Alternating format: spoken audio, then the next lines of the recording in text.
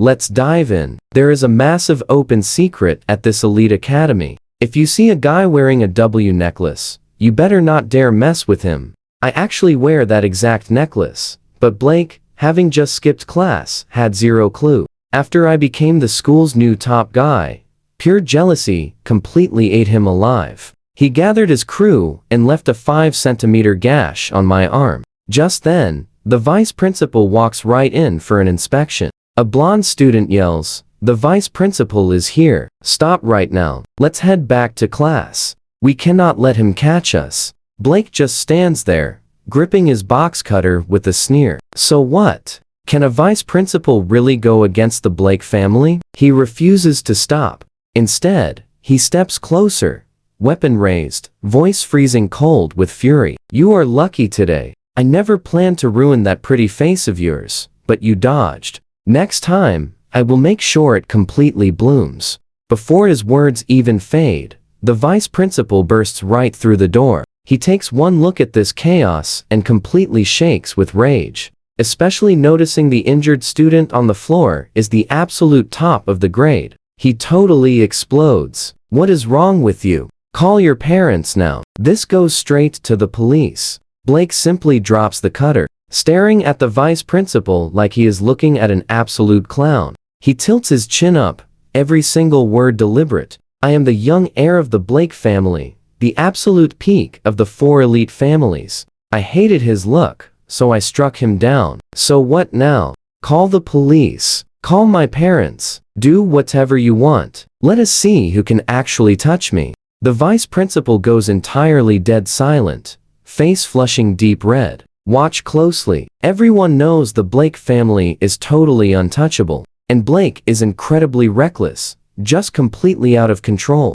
Just 1 week here, and he is already pulling a blade inside the absolute top class. I just watched the vice principal choke on his own absolute fury, and I let out a quiet laugh. I stand up and calmly brush the dust off my clothes. Blake hated me since day 1. 6 straight days he sent his guys just to corner me. If I never took sick leave, and if Elliot and Flynn did not have my back, I would have been easily cornered 100 times over. Elliot is the very eldest son of the Elliot family. Flynn is the young heir of the Flynn family. Both belong to the 4 elite families, so Blake is forced to show them at least some real respect. But today, Elliot is out completely sick, and Flynn has an exam. So Blake just storms straight into my classroom with his entire crew. And now this happens. Hank is literally in tears, begging the vice principal to do something. The principal furiously roars at Blake's entire crew to get straight into the office.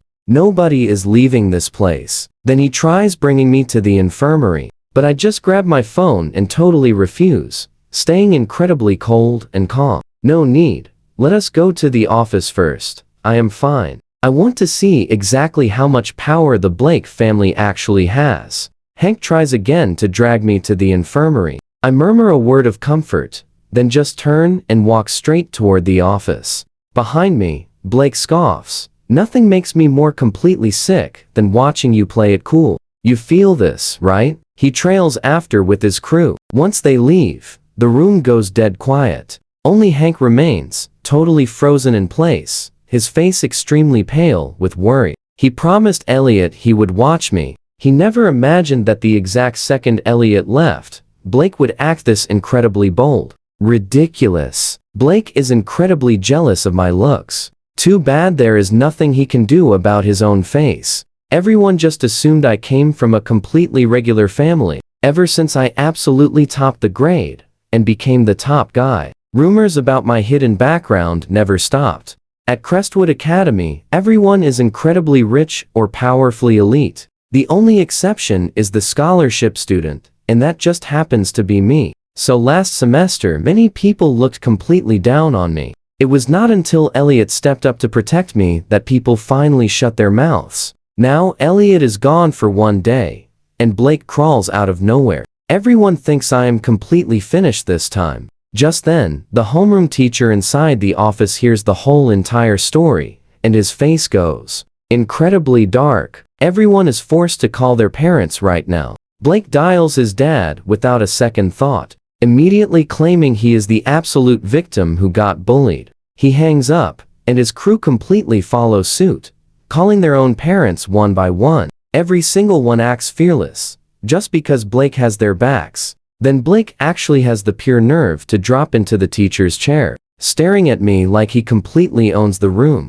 Go ahead and call. Let us see what your parents can actually do to me. What?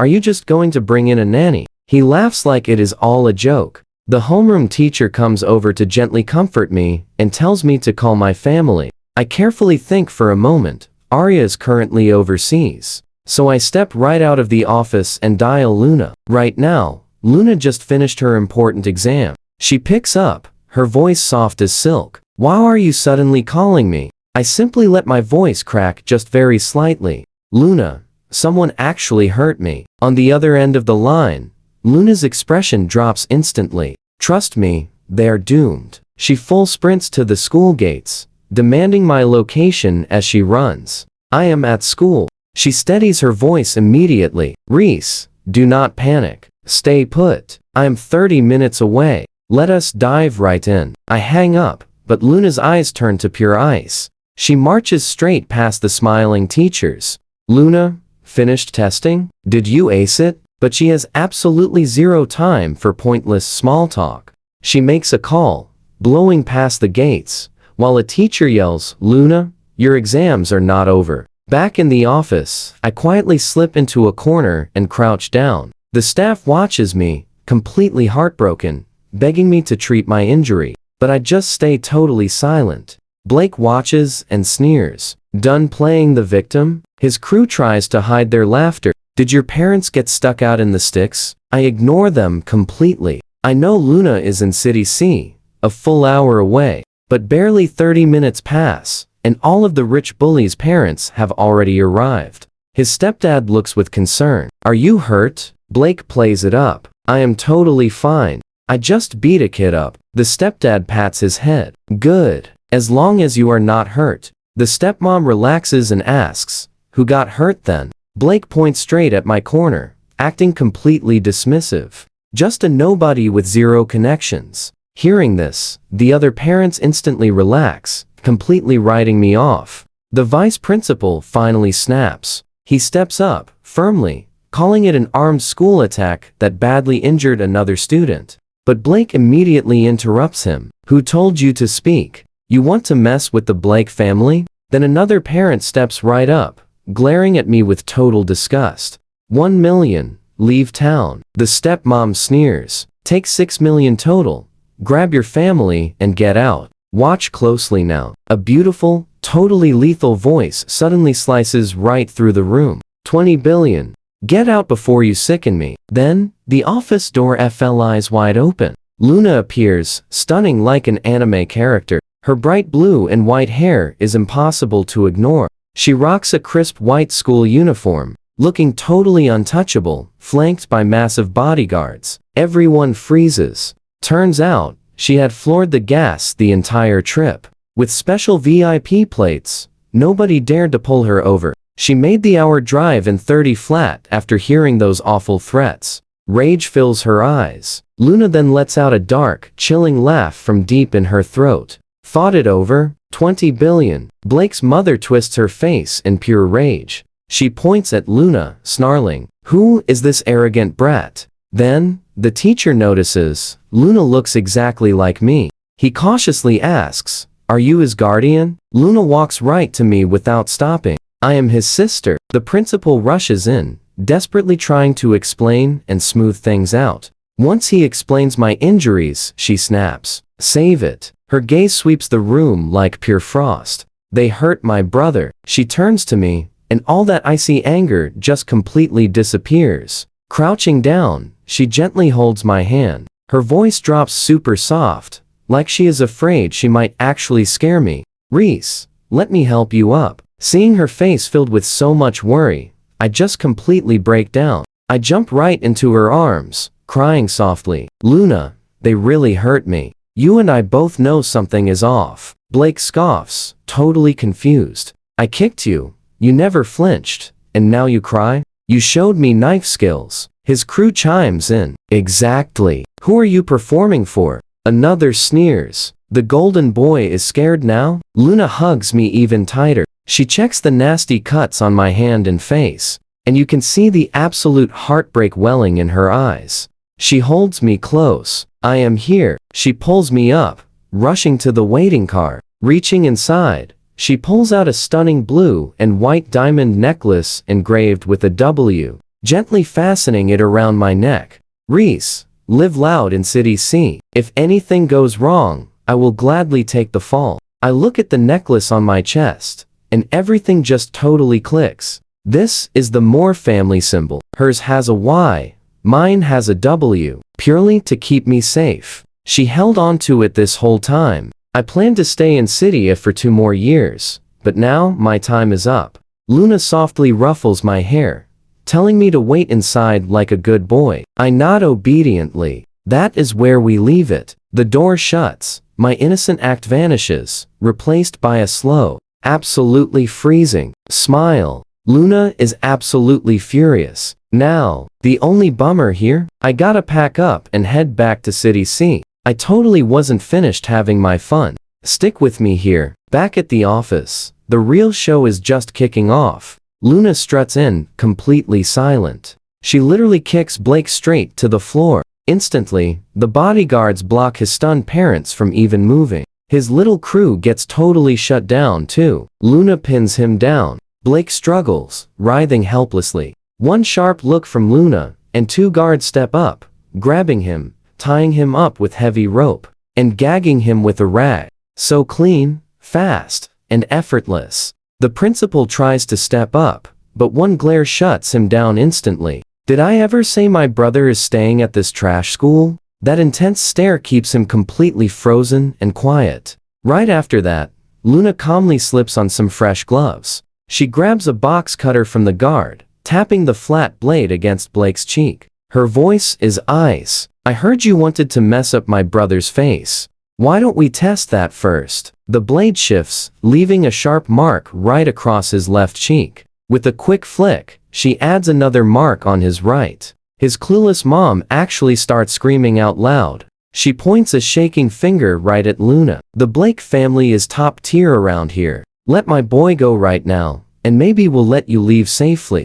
Hearing this absolute joke, Luna just lets out a sharp laugh. She tosses the tool away, gracefully wiping her hands clean, but her intense gaze stays frozen cold. The mighty Blake family, huh? Now watch this closely. What's that worth? My guys have you completely pinned down. Are you sure you want to run your mouth right now? Before the words even settle, Luna snaps her fingers. The guards press harder. Blake's mom turns pale from the pressure, but keeps her mouth absolutely shut. Luna's epic aura dominates the whole room. She smirks coldly. You want to flex family status? Alright then, let me clear this up before you fall. You said I cannot touch your precious family? Allow me to introduce myself properly. I live in City C. The second those words drop, every single Blake family member looks absolutely terrified. Everyone knows any random family from City C could completely crush this entire town without even trying. But our girl isn't finished yet. The name is Moore. I'm the second daughter of the Moore family, and my little brother is the one and only heir to our entire group. The whole office goes completely pin drop silent. The Moore family, literally the second most powerful empire nationwide. They are famous for being totally ruthless and going all out to protect their own people. Yep, and I am that exact prized heir they all hold right in their protective hands. Blake's wicked stepmom freezes in pure shock, but still tries fighting back. Fake. Why would they come here? I know you guys felt that flex. She laughs, pulling out a blue and white diamond necklace engraved with a Y, bearing the unmistakable crest of the literal Moore family. The stepmother's face goes totally ghost white. Her legs almost give out as she stumbles ahead. Miss Moore, this is a huge misunderstanding. But Luna does not even bother looking her way. She speaks straight ahead. A simple misunderstanding? I just came to support my brother. Whatever went down, I don't care about details. The other bully's parents turn completely pale with pure dread. One desperately backs away.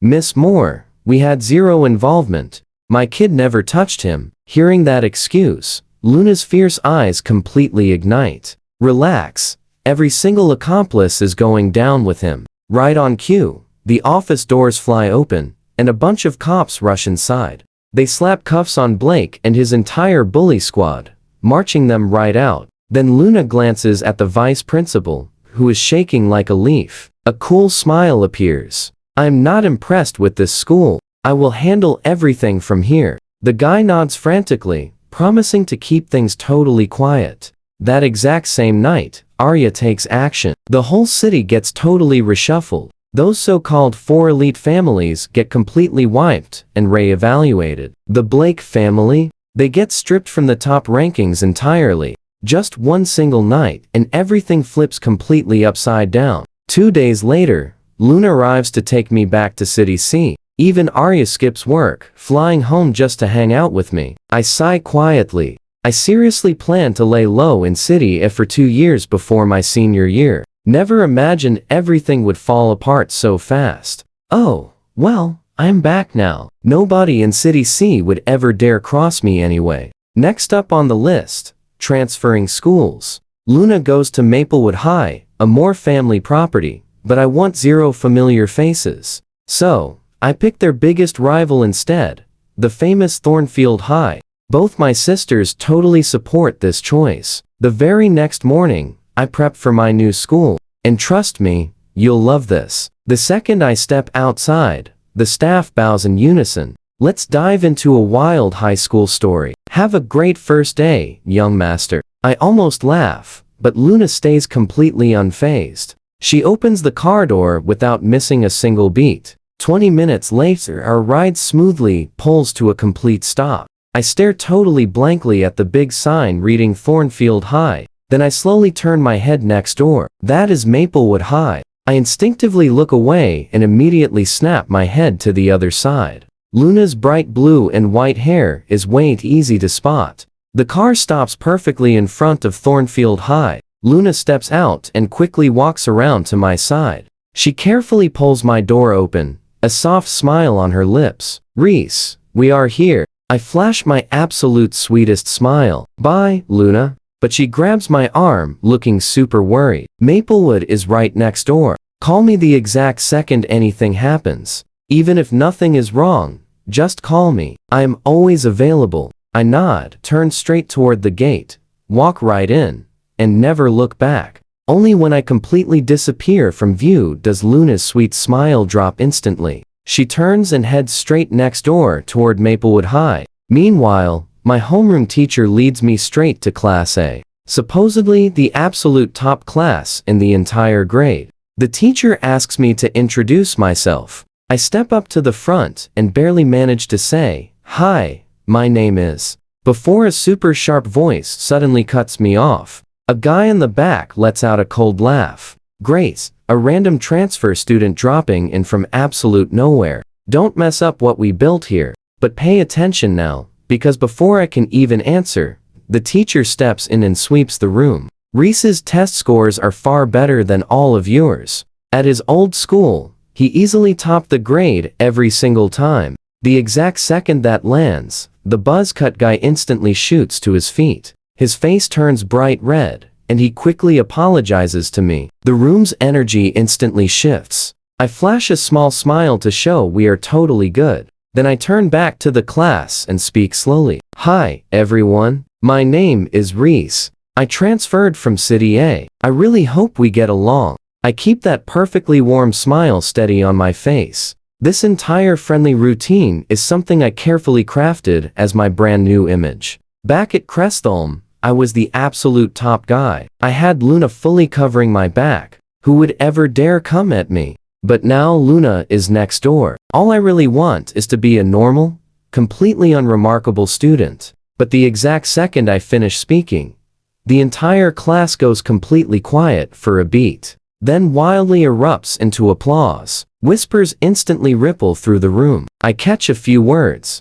Miss Ash, what is going on? Just then, the homeroom teacher speaks up and points to a totally empty seat in the second to last row. Reese, take that seat. The class instantly erupts. He is actually sitting next to Miss Ash. Is he not terrified of losing his seat? She hasn't shown up in a week. I know what you're thinking, but the next comment stops me completely cold. Doesn't matter if she skips class, she still dominates the grade every single time. My seatmate drops. This mysterious seatmate of mine, who hasn't even shown her face, is clearly not someone to ever underestimate. While I'm still standing there completely stunned, a well-mannered guy actually stands up and carries my heavy stack of books right over to my new seat. I quickly rush to thank him. He turns with a super warm smile. Hey, I am Elliot. I smile right back, already really liking him, but the very next second, I spot a pen sitting on the empty desk beside me, the exact same rare limited edition model as mine, and just like that, I get a pretty clear idea. This missing seatmate of mine is absolutely someone you never, ever want to cross. Right then, the teacher taps the desk to get everyone's attention, but a bold girl in class yells out loudly, "Teacher, you completely forgot to say, ladies and gentlemen, please pay attention in class." The whole room instantly bursts out laughing. To absolutely everyone's surprise, the teacher just smiles and plays along. Ladies and gentlemen, please pay attention in class. I'm completely stunned. This class has such incredibly good energy. My old school was pure cutthroat competition and totally fake smiles. That is why I skipped every day. But this place actually makes me feel something real. Elliot slides a test paper over to me. I glance at it and immediately realize it is way too easy, absolutely, painfully boring. So, I start doodling all over it. When I finally get tired of drawing, I happen to glance over at my missing seatmate's book. A sudden breeze flips it right open to a page with a single name written on it. Shen. The handwriting is elegant, but razor sharp, and it hits me like a hammer straight to the chest. How is that the name? How is that her exact handwriting? With a soft click, the pen slips from my hand and hits the floor. Only one thought entirely fills my spinning mind. Didn't she say she was going to school in the South? I transferred here specifically because of that very reason. We haven't seen each other in almost a year, but that single word violently yanks me right back to middle school. A bright, incredibly bold girl, propping her chin in her hands, pouting as she loudly calls out to me, Reese. Back then, I had asked her, Thornfield or Maplewood. She bit her lip, clearly very upset. But if we are at different schools, I cannot see you every second of the day anymore. I want to see you every single day. Because of that, my heart gave in. We will both go to Maplewood. Trust me, you're hooked now. Let's dive into this wild school drama. She grins, promising to protect me from anything. Then, Elliot's voice pulls me back. Hey, your pen fell. I take it. My thoughts completely scrambled right now. Wait, no, it can't be her. She promised she'd attend Maplewood. But before I can calm down, I turn my head and meet an absolutely furious glare right through the window. A teacher glares at me with insane intensity. Suddenly, he yells, "You, brown hair, get out here right now. Who allowed you to dye your hair? See me after class." Honestly, I'm completely shocked. Thornfield bans dyed hair? I have rocked this brown hair for almost an entire year. The class bell rings, and I quickly spin towards Elliot. Who was that guy? Elliot looks up, totally serious now. That is the Dean of Discipline. Fix it fast, or you'll be writing a massive apology. Thornfield is crazy strict. During the first 2 years, my stomach instantly drops. I never expected the rules to be this intense. Here, but hey, I guess they only matter for the first 2 years. Next door at Maplewood, kids walk around with literally every rainbow color in their hair, and nobody even cares at all. So, I quickly asked Elliot where the dean's office is. To my total shock, he just packs up his notes and randomly stands up. Forget it. I'll take you. He asks his seatmate Zara to cover for him. She responds by flashing him a super cheerful little salute. You got it, Class President Elliot, sir. Elliot drags me straight downstairs to the office door, then suddenly stops. He leans in closely. Just say you're a transfer student who didn't know the rules. He won't make things hard for you. I'll stay right here. A warm feeling hits my chest. I thank him, take a deep breath, and push right through the door. Now watch closely. While I'm stuck inside, out by the main school gates, an absolute storm is quietly brewing. A girl with fierce red hair leans against the wall, clearly losing all her patience. Suddenly, another girl sprints right up to her, holding a tablet with a super sneaky grin. Ash, guess what I found? Before Ash can respond, she just blurts it out. You have a seatmate now, a male transfer student. The air instantly freezes over. Everyone at Thornfield knows Ash absolutely despises having seatmates. But since she is the school board director's very own daughter, nobody in the entire academy dares to mess with her. Colored hair, skipping classes, random brawls, she does whatever she wants. And the teachers stay totally quiet. If she's happy, she easily scores top of the entire grade without breaking a sweat.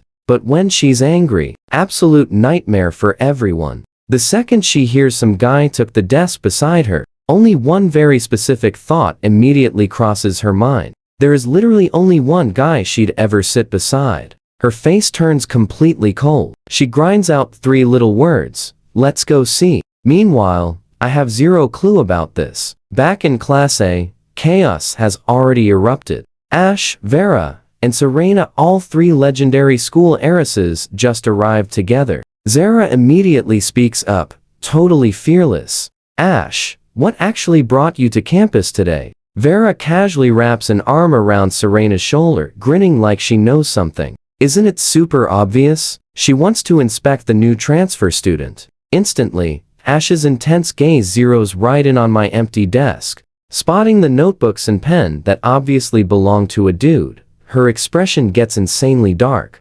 Like, terrifyingly dark. Nobody breathes. I know what you're thinking, and yep, everyone agrees. This new transfer student is completely doomed. Breaking the silence, Vera asks, where did the guy sitting here go? Zara replies, he stepped out for a bit around 8. He likely won't return until almost 11. Before she can even finish speaking, Serena silently steps up and drags my entire desk and chair straight to the back wall. Zara opens her mouth to protest, but one sharp, deadly glare from Vera shuts her right up. Seeing the spot beside her totally clear again, Ash relaxes. She casually leans back, satisfied. Whatever, we'll handle this guy later. And right on cue, the class bell rings. My desk is banished to the shadow realm. While I'm still stuck getting lectured by the Dean of Discipline, absolutely clueless about the massive drama waiting for me, I stroll back to the building with some candy I bought, still completely oblivious to my impending doom. Right as I reach the front doors, my best friend suddenly calls. She originally wanted to sneak inside to hang out, but a second later, she randomly shrieks right into the phone receiver. She completely forgot a date with an upperclassman. You always ditch me for dudes. I hang up, turn around, and suddenly spot 3 girls walking straight toward the main school gates. The fierce, dark, red-haired girl is leading them. Her back looks super familiar, but I shrug it off and head straight back into Class A. But the second I walk through that door, my jaw literally hits the floor. Where the heck is my seat? My original spot is completely empty. My entire setup got tossed to the absolute back of the classroom. I quickly grab Elliot, and he whispers, it was my crazy seatmate, the one I haven't even met yet. She absolutely refuses to have seatmates. Fair enough. Pretty bold move. But I ignore class anyway, so whatever. So what do you and I take from this? Sometimes getting banished to the back row is just perfect timing. The bell rings. Stick with me here. The math teacher walks in, dropping a bombshell. Zara scored 129 points. The only kid in school breaking 120. The entire class instantly erupts into applause. Even Elliot, sitting next to her, is totally starstruck. Zara, you are completely incredible. Elliot sighs, admitting he failed to break 120 himself. Zara just laughs, saying she got lucky. I clap along with everyone else, feeling completely unfazed inside. Then papers are handed out, and the whole class immediately groans. 106. Was that last question even meant for humans? Still, our teacher proudly smiles, claiming we actually have the highest school average. While everyone buzzes with loud complaints, the teacher suddenly goes totally quiet. He clears his throat, diving straight into that final question. The impossible one nobody in the entire school could solve. The absolute worst part? He loves calling on people. Suddenly, his intense gaze sweeps across the entire room and locks directly on me. You with the brown hair? Our new transfer student? My stomach absolutely drops, but I stand tall anyway. I am Reese. The teacher nods with a tiny smile. Now, pay attention here, because what happens next leaves absolutely everyone speechless. Well, Reese, walk us through your solution. I pick up the test paper, totally calm. Oh, this specific problem? I learned this back in middle school. Advanced math is literally nothing to me. With the whole class staring in stunned silence, I begin. 20 full minutes pass. When I finally finish, the room is dead silent. Then, the loud gasps roll in. What in the world? This transfer kid is wild. He has a second solution? They do not even teach that until senior year. Even our math teacher looks genuinely amazed. He leads the applause himself. Reese, both solutions are totally correct. I barely sit down when the bell rings, and immediately, a massive crowd of eager classmates swarms around me. Everyone is rushing to introduce themselves.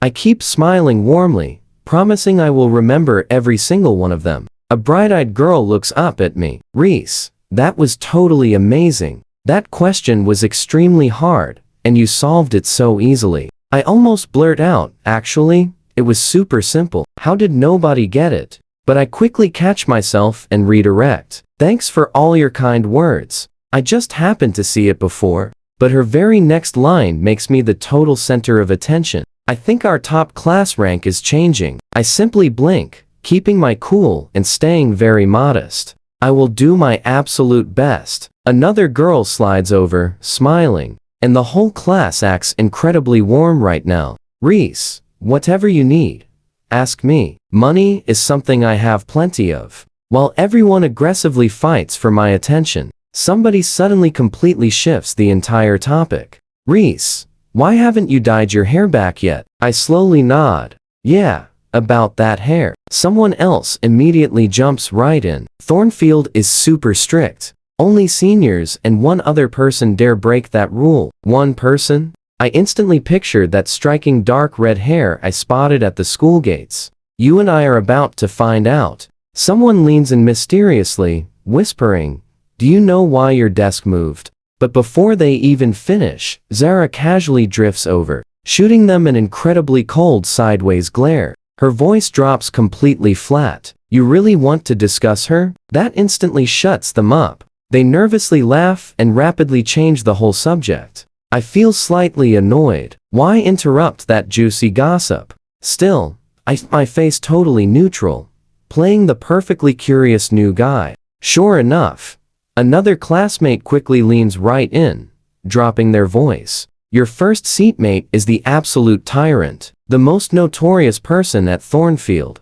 Awful temper. She never shares her desk. The exact second she arrived today, she totally moved your desk. Then, they drop an even crazier, much bigger bombshell. Those two girls directly behind you, they are legendary. Top girls at Thornfield. And your first seatmate? The tyrant and top girl. Suddenly, everything fully clicks. I am sitting right next to the most insanely untouchable elites in school. Nobody stops them, so they keep on going, getting incredibly hyped about this drama. They spill everything about City C's major elite families. I listen closely, but my brain actually focuses on something totally different right now. Who is this legendary tyrant? I just grab my phone to check, but suddenly, a super sharp voice totally cuts the loud chatter. Exactly where did you transfer from? I look up. It is Cole from earlier today. He stands with arms crossed, eyes judging me hard.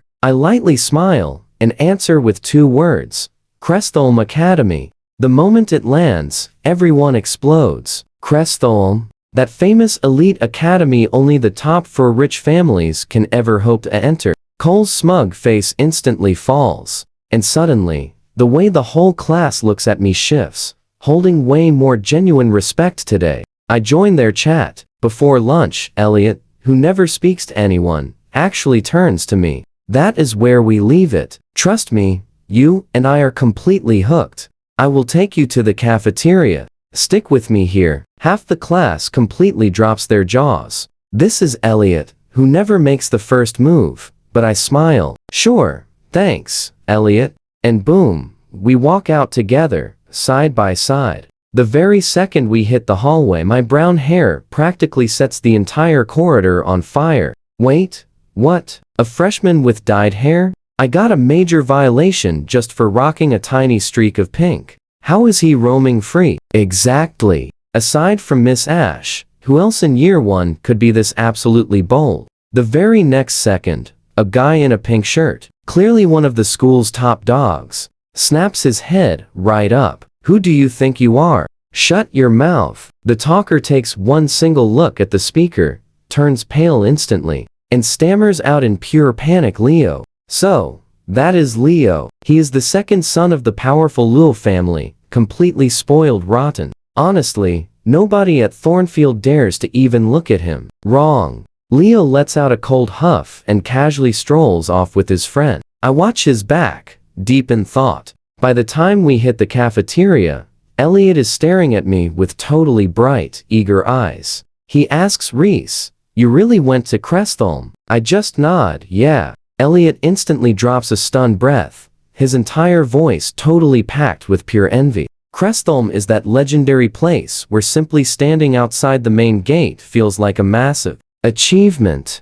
We talked non-stop the entire way. Thornfield's cafeteria is absolutely massive. 5 buildings, 6 floors each, packed with countless epic food options. The absolute second Elliot finally sits down, his burning curiosity totally takes over. Reese, your brown hair. The discipline dean seriously said nothing? I shake my head, super calm. He did, but it is totally fine. Elliot notices my total chill vibe and backs off. After lunch, I head back to Westview Estate alone. I crash on my bed, but something is seriously bugging my mind. I shoot up, grab my phone, and open the Thornfield School network. Now pay attention. I search School Tyrant. Nothing. Top Girl. Nothing. How is that even possible? Every single trace is totally wiped clean. Then it finally clicks. Thornfield is totally Shen family territory. No matter how insanely powerful someone gets, can they ever truly outrank the Shen family? Unless an impossible name suddenly flashes right through my head. No way. She is supposed to be at Luna's school. I just shut my phone down and crash hard. By the time I finally wake up, the school day is basically over. I rush back, barely sitting down before the final bell rings. But right then my phone violently buzzes. It is my wild cousin, Rosie. I step right out to answer. Her super bright voice echoes through the speaker. Reese, I heard you are finally back in the city. I smile and confirm, but I hear crazy loud noise on her end. Where are you right now? Why is it so incredibly loud? Rosie drops her voice, totally resigned. Internet cafe. Then she instantly pivots. Reese, you are at Maplewood, right? I am coming to find you. I answer super sweetly. I am at Thornfield. Rosie totally pauses. Why Thornfield? Luna and I are at Maplewood. I brush it off casually. Heard Thornfield has way better discipline. She completely drops it. Fine, you are in Class A, right?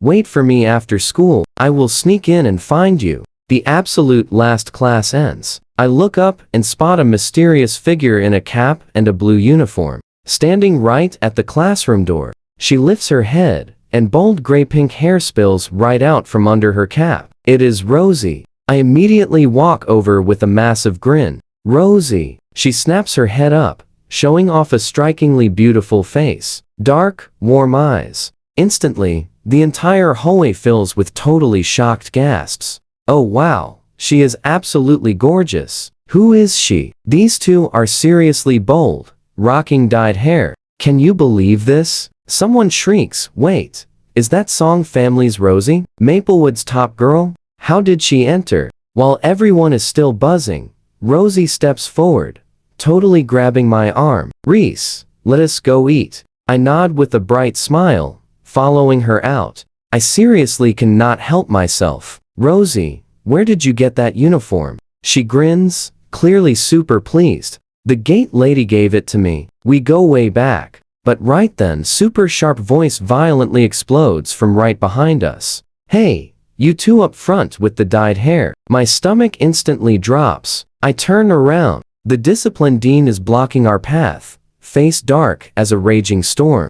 Game over. Her furious eyes lock onto me first. Transfer student, did I not tell you this morning to fix that dyed hair? Then she swings right toward Rose, eyes aggressively narrowing. And who exactly are you? How did you enter? My heart shoots straight into my throat. But Rosie looks totally innocent, almost offended, as she boldly meets the dean's eyes with absolute conviction. Teacher, you forgot me? I am one of Thornfield's perfect model students. I almost burst out laughing right there. The dean actually freezes, her face completely full of doubt. But she quickly recovers, fiercely jabbing a finger at our hair. I do not care who you are. Thornfield forbids dyed hair. Rosie instantly straightens up, the absolute perfect picture of pure sincerity. Of course, teacher, we totally understand. I instantly play along, flashing my absolute most cooperative smile. Do not worry, teacher. I will dye it back by the 32nd. Rosie nods furiously.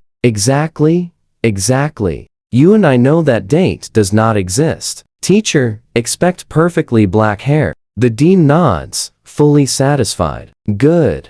Stick with me here. Before she can even finish, Rosie grabs my hand, and we just absolutely sprint full speed toward those school gates. Watching us vanish, the dean snaps back and aggressively stomps her foot. Hold on a second, May does not have 32 days. Hey, you two freeze right there. Her angry shouting chases us, but we only sprint away faster. Meanwhile, across town at the restaurant, Vera checks her watch and immediately jumps up. Ash, my dad just returned to the country. I seriously need to disappear right now. Ash calmly sets her phone down. Just one word, okay? Serena stands up smoothly, and all three exit the restaurant together, side by side. They barely hit the pavement before Ash digs into her pocket and pops a lollipop right into her mouth. Vera leans closer. Ladies, we are acting like perfect students. Tomorrow, my dad is back, and if I ditch class again, he will absolutely end my entire life.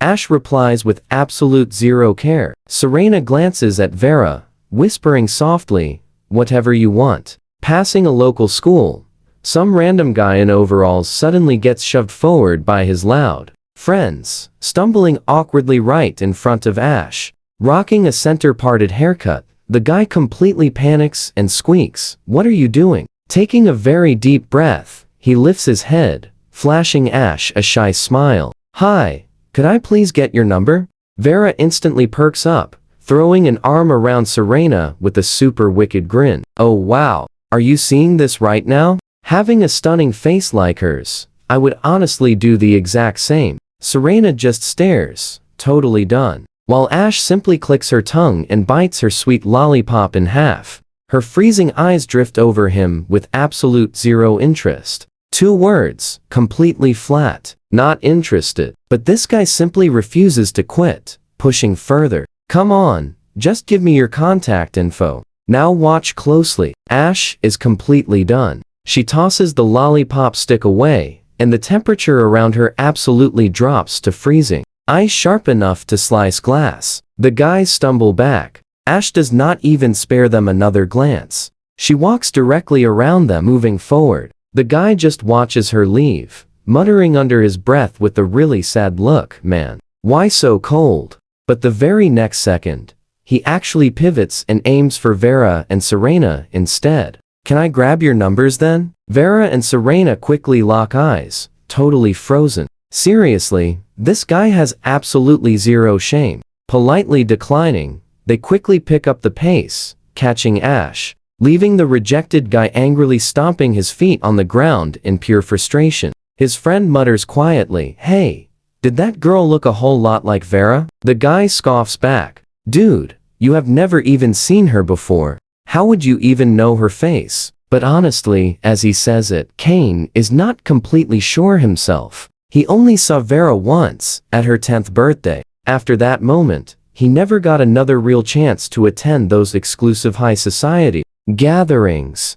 Was that actually her just now? Anyway, Ash and the girl split up and finally head home. The next day, inside Thornfield High, Rosie and I bolt right through the front gate. And suddenly, I spot Luna just standing there, quietly waiting. The second she spots me, her icy expression melts away completely, and a very soft smile finally appears. That single smile completely detonates the crowd. Oh, Luna is absolutely stunning today. And Rosie is here too. How did she exit our school? Wait, exactly who is Luna waiting for? And why is she walking straight toward that random guy? Everyone in City C knows Luna is notoriously difficult, yet she is Maplewood High's top girl. And right beside her, Rosie of the powerful Song family. Our families go way back. Rosie and I completely grew up together as cousins. I know what you are thinking. Both of these absolute legends are just casually hanging out with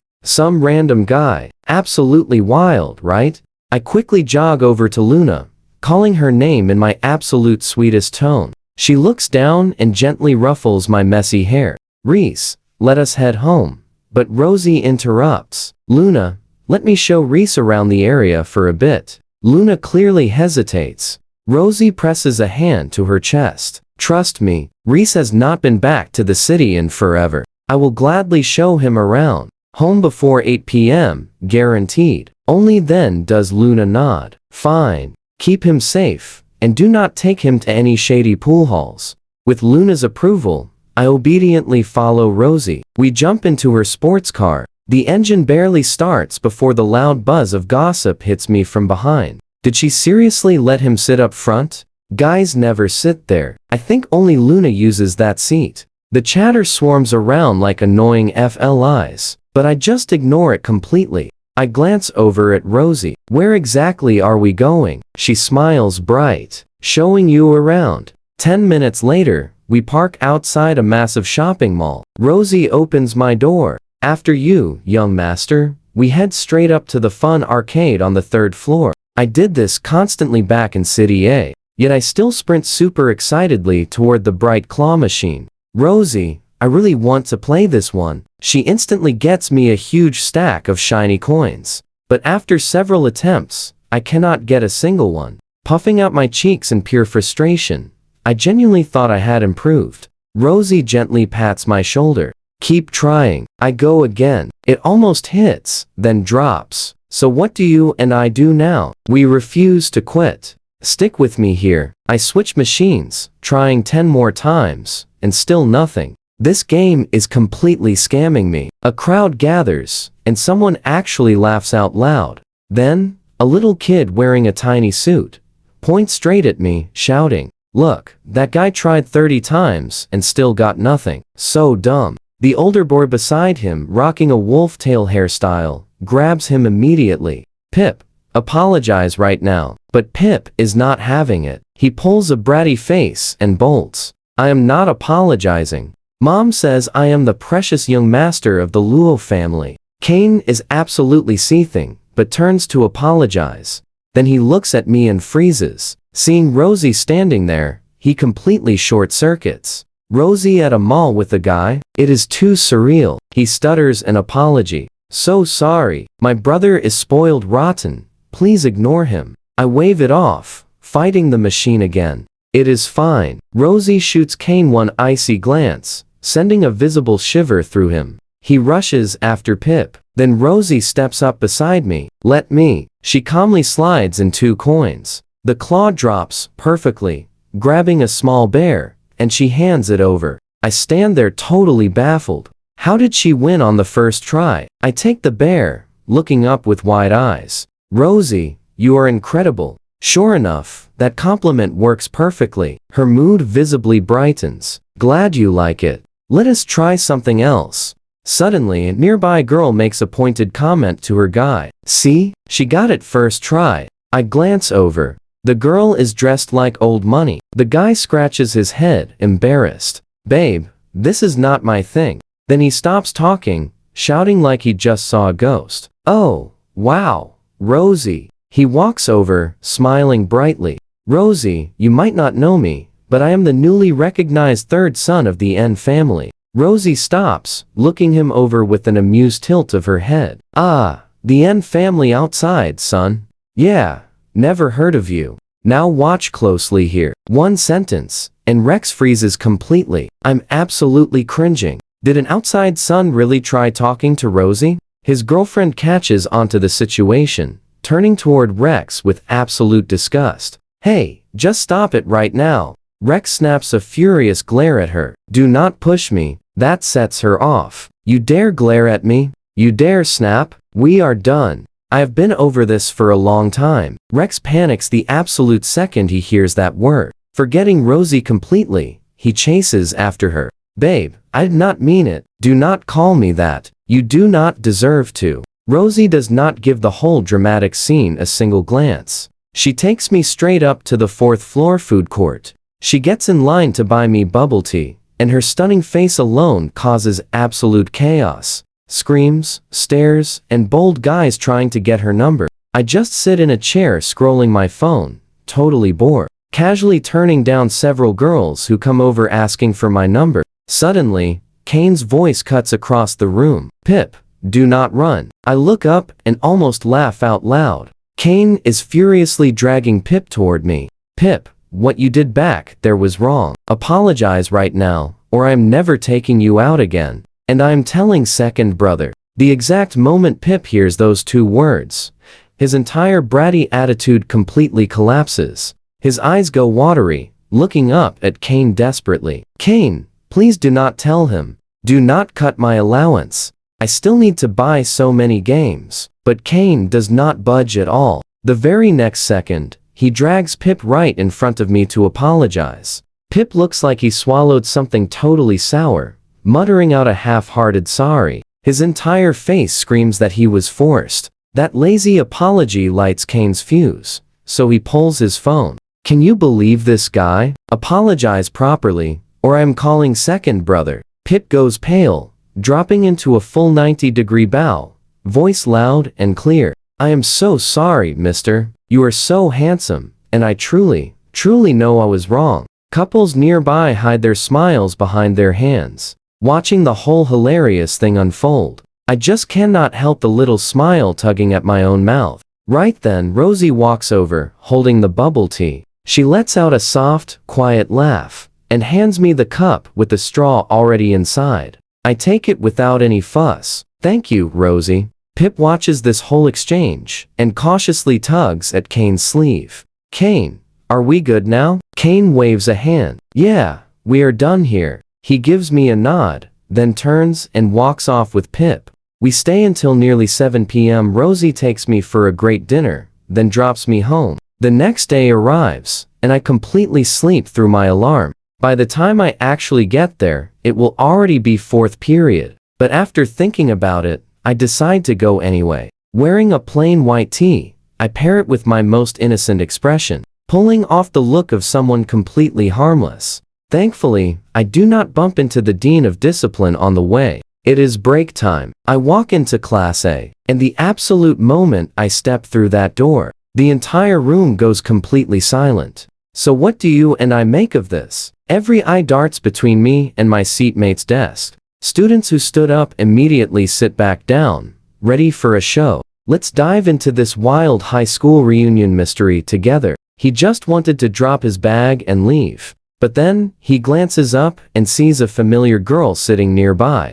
His pupils instantly contract. Her vibe changed, but he recognizes her in exactly 1 second. Why the dyed hair? How did she become like this? Seriously, why is she at Thornfield? And in his class? A million questions explode in his brain. He completely freezes. Just then, Vera notices the weird energy and glances over at him. One look, and her eyes shoot wide open in pure, absolute shock. A second later, she smacks her desk and jumps right up. She actually curses out loud. Oh, damn. That sudden noise makes Ash, sitting up front, frown hard. She does not even look back, just scoffing. Seriously? The rest of the class is totally confused. What is happening? Does Vera know this new kid? Serena, sitting next to Vera, looks up next. She follows Vera's stare right to him. Even calm, collected, Serena completely loses all her cool.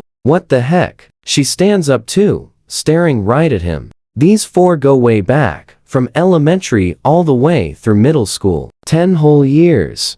But right before high school exams hit, Ash just disappeared without a trace. Then she finally returned, and it was his turn to vanish into thin air. Now pay attention to this twist. When they saw Ash again, she had dark red hair and became the absolute tyrant running Thornfield. Serena snaps out of it and stares at Ash, who sits up front acting completely unbothered by this. She just cannot hold back. She softly calls out, "Ash." Vera snaps back to reality too, urgently yelling out, "Ash, drop the phone." Ash finally puts it down and looks up, super annoyed. What? Then, their eyes actually lock. Ash jumps up and instantly closes the gap between them. Her stare is burning hot. His entire body freezes. He steps backward instinctively, but cannot break away from those intense eyes. How did she end up at Thornfield, and specifically in his class?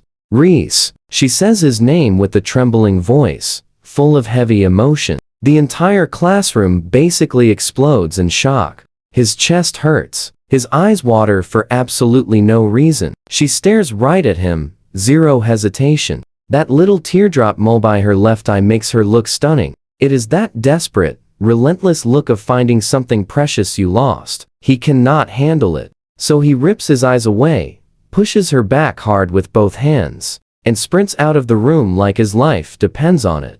The whole class is stunned, silent. Did the new guy just shove Ash in front of everyone? And she is not even slightly mad. Instead, she watches him run away in a panic, with a soft smile. Then she takes a huge step and chases right after him. The class watches them leave, and then absolutely loses their minds. What just happened here? The new kid pushed Ash. She did not rage and actually chased him. You and I both know something huge is up. Everyone instantly stares at Vera and Serena. Vera, Serena, do not play dumb right now. Explain this. Do not make us beg on our knees.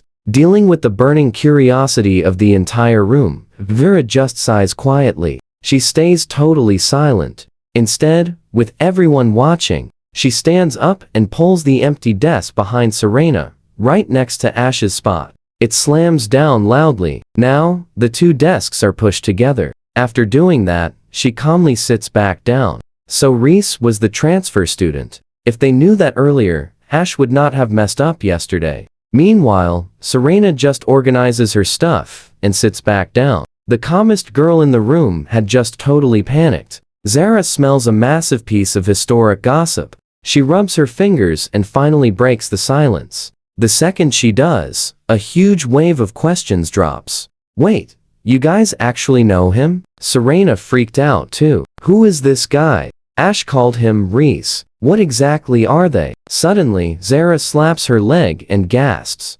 Yesterday, the new kid said his name was Reese. Ash Shen and Reese? That sounds like a couple. The entire classroom loudly gasps together. He could have done a normal introduction, but instead, it feels like they matched their names intentionally. Zara fully believes she solved the biggest secret. She turns back to Serena. So, what is the real deal between those two? Her voice gets super warm. Vera thinks, then drops the first bomb. He is our friend. 10 years. The class is totally shocked. Before they process it, Zara pushes. Okay, but what about Ash? Vera and Serena share a serious look. Trust me, you and I are not ready for this bombshell. Let's dive into a wild mystery. He is Ash's match, but Serena drops one more bombshell just to maximize the dramatic impact. These two have been together since birth.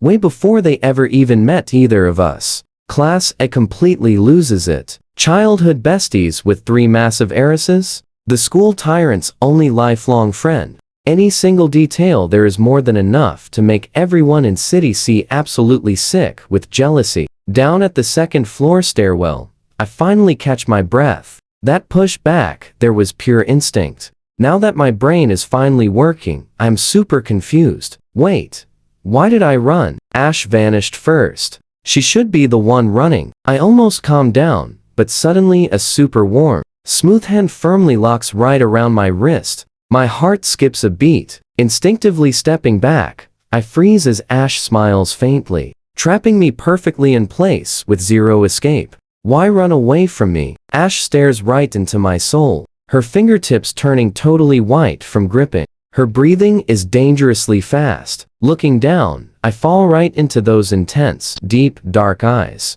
My heart races. I instantly look away, a tiny voice muttering, "Hey, you were the one who left first. Now pay attention here." Ash just stares, waiting, watching me helplessly struggle to find words and swallow them back down. She almost laughs in pure disbelief. Break time means the stairwell is completely packed. Tall and commanding, Ash corners me right against the wall, looking exactly like a total school bully. Crazy whispers erupt everywhere. Why is Ash cornering some guy here? Is that the brand new transfer student? How did he even get on her crazy radar? Hearing the noise, her cold eyes snap up. One single word: leave. Her overwhelming presence instantly dominates the entire crowded space. Every single bystander vanishes instantly. Nobody with a working brain wants to make her angry. Hearing that word, I freeze completely. How did she get like this? Everyone is absolutely terrified.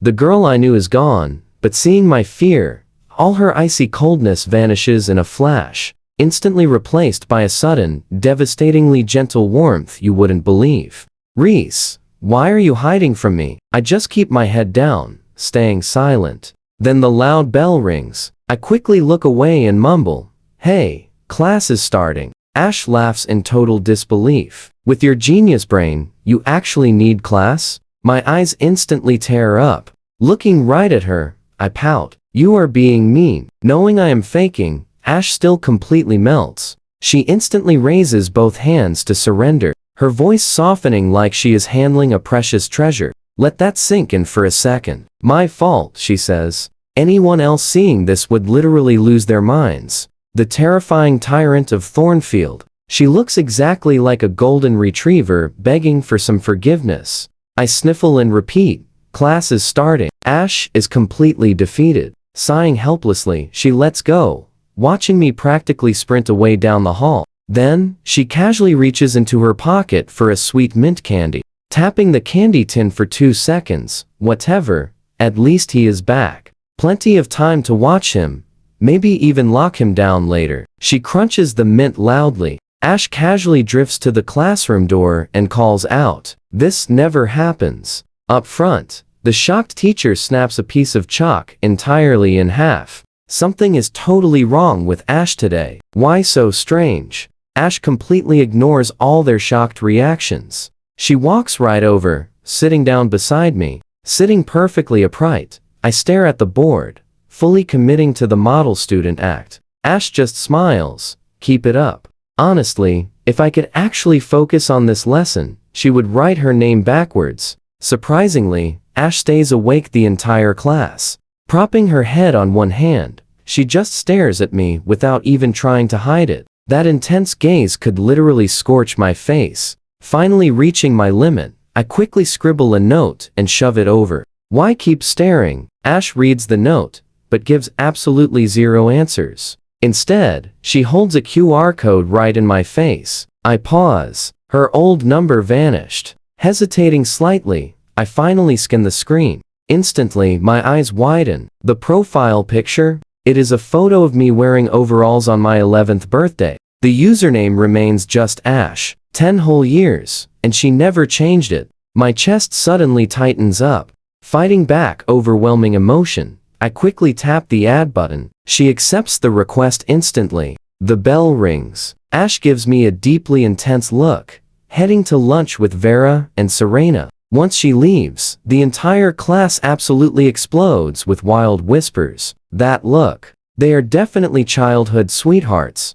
Totally confirmed. The noise gives me a massive headache. So what do you and I think? Elliot finally slides over. "Alright, let's dive into this wild drama." Heading to the cafeteria, Elliot finally cracks. "You and Ash really grew up together?" I pause to think, then ask the one huge question constantly bugging me. Why is everyone here so terrified of Ash? Is it just her family name? Elliot instantly drops his voice to a whisper, glancing around like someone is secretly eavesdropping. It is way more than just who she is. When the school year kicked off, Ash completely demolished a girl from a top-tier family right here in the city. Pure chaos everywhere. My steps slow, but Elliot continues. That was the only time people saw Ash lose total control. No teacher or student dared to step in. Even Vera and Serena completely failed to hold her back. Know how it ended? Maplewood's Luna showed up and struck Ash.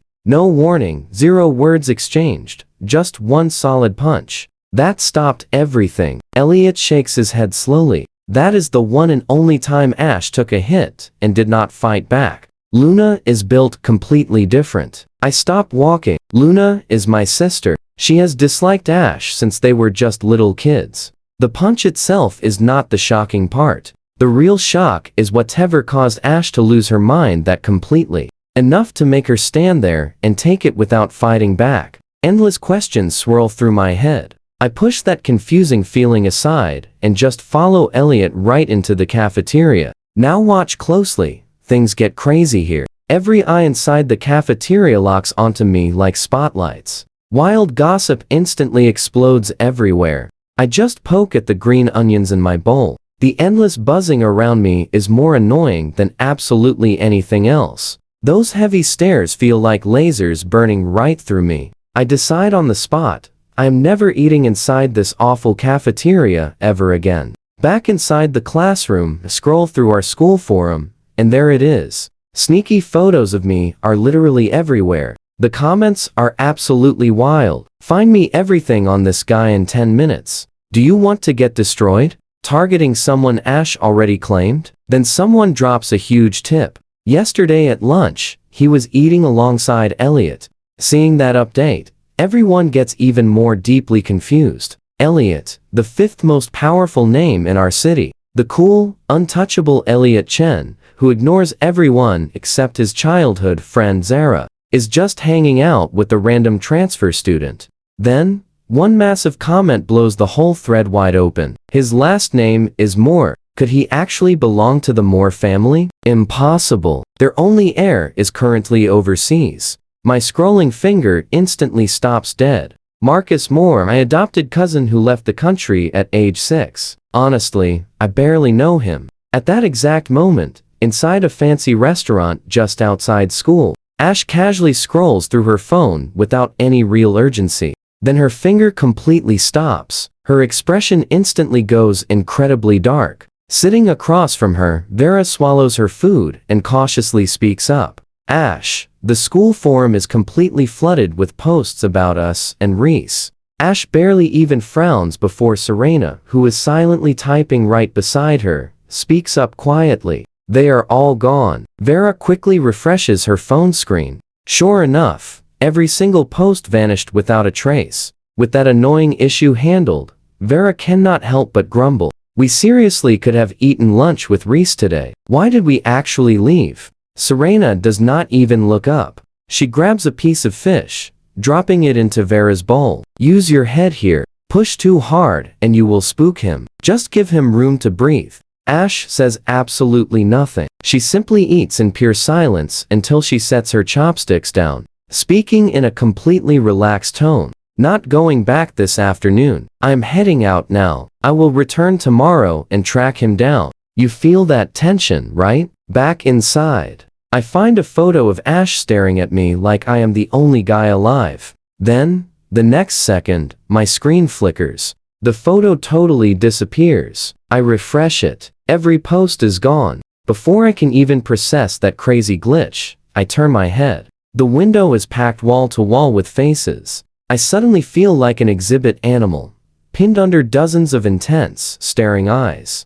I instantly shoot to my feet and walk straight out. Lunch break, gates are open. A loud chorus of groans trails behind me from students denied their juicy gossip. I barely step through the front gate when my feet suddenly stop. My eyes lock onto a familiar figure standing near Maplewood High. It is Luna. The exact moment our eyes meet, every single nerve goes completely taut. The guy standing right beside her mutters silently. and his eyes are filled with absolute, pure hostility. I find this totally baffling. I looked over for less than 4 seconds, and I am already the ultimate enemy in his head. Just fine. If that is his vibe, I do not like him either. I refuse to give him another second of my precious attention. I turn and run toward that cool, sharp figure. My voice comes out incredibly bright and sweet. Luna. Hearing her own name, Luna turns completely on instinct. That face, usually cold as ice, instantly melts the second she sees me.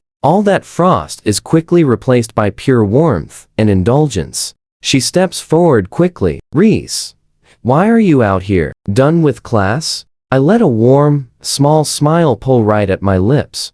Done with class. Was heading home, then spotted you. Trust me, we are hooked. All right, stick with me, we are diving into some wild sibling dynamics. Luna looks completely, genuinely proud. Why? Reese survived half a day. Absolutely incredible. The girls nearby drop their jaws. Oh, wow. Is this the legendary Luna? Actually smiling like that? Honestly, that is somehow way more terrifying. Right then, a blonde girl blindly tosses something in the trash and leans in with pure, unfiltered gossip energy. Is this cute guy Luna's boyfriend? Hearing that, the dude who was just glaring at me instantly turns pale. Because if he is her boyfriend, the whole game changes. But Luna's eyes turn cold and sharp as a blade. This is my brother. Show some respect. The whole squad is stunned. Her actual real-life brother. The blonde girl instantly corrects her tone. Hey there, little. She stops halfway. Luna's hand drops heavily onto her shoulder. A super obvious warning. My brother. Message fully received. The whole group relocates to a restaurant, and the exact moment I sit down, bubble tea appears right in front of me. Luna reaches over and rubs my head like the rest of the table simply does not exist.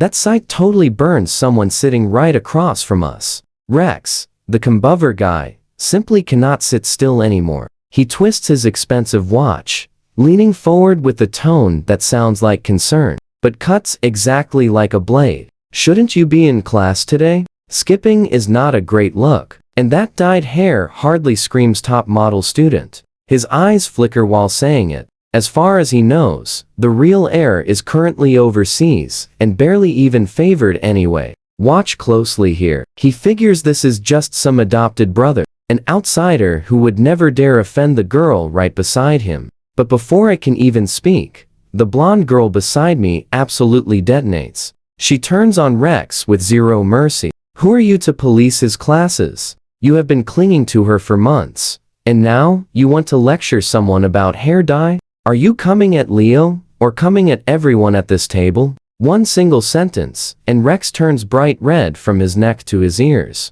Flustered and totally furious, he turns to the girl beside him, getting defensive. But she is watching all this with pure, absolute indifference. And when she catches his pathetic, desperate look, her mouth smirks, but her eyes are freezing cold, like watching a pet misbehave. T-esque. Do not embarrass yourself with cheap tricks like that. Be good, or I will be unhappy. She scoffs. Classic outside guy, making small moves with a small mind. Pulling those tricks right in front of Luna's brother is basically begging for major trouble. The rest of the table was completely done with Rex long before this. None of them would willingly share a table with him if it were not for her. Underneath the table, they have all shifted as far away as possible. Only she stays beside Rex, leaning lazily while treating him like he barely exists. Rex is fully panicking. He spent 2 months chasing her before she finally gave him the time of day. He is not letting a few wrong words blow this. So, he forces an apologetic smile and slides the knife right back in. Sorry about that, really. But hey, class does not matter that much anyway. Luna will obviously take care of you. He puts heavy, deliberate weight on those last few words. Then he actually tips his chin up with smug satisfaction. The girls around the table just press hands to their foreheads. This guy, he seriously just implied Luna's actual brother is some kind of kept little pet. You and I both know he messed up. Cold amusement hits my eyes. Pulling this trick on me? Fine. If you want to play, I will play. I let my expression shift. Pouting, soft, and perfectly spoiled.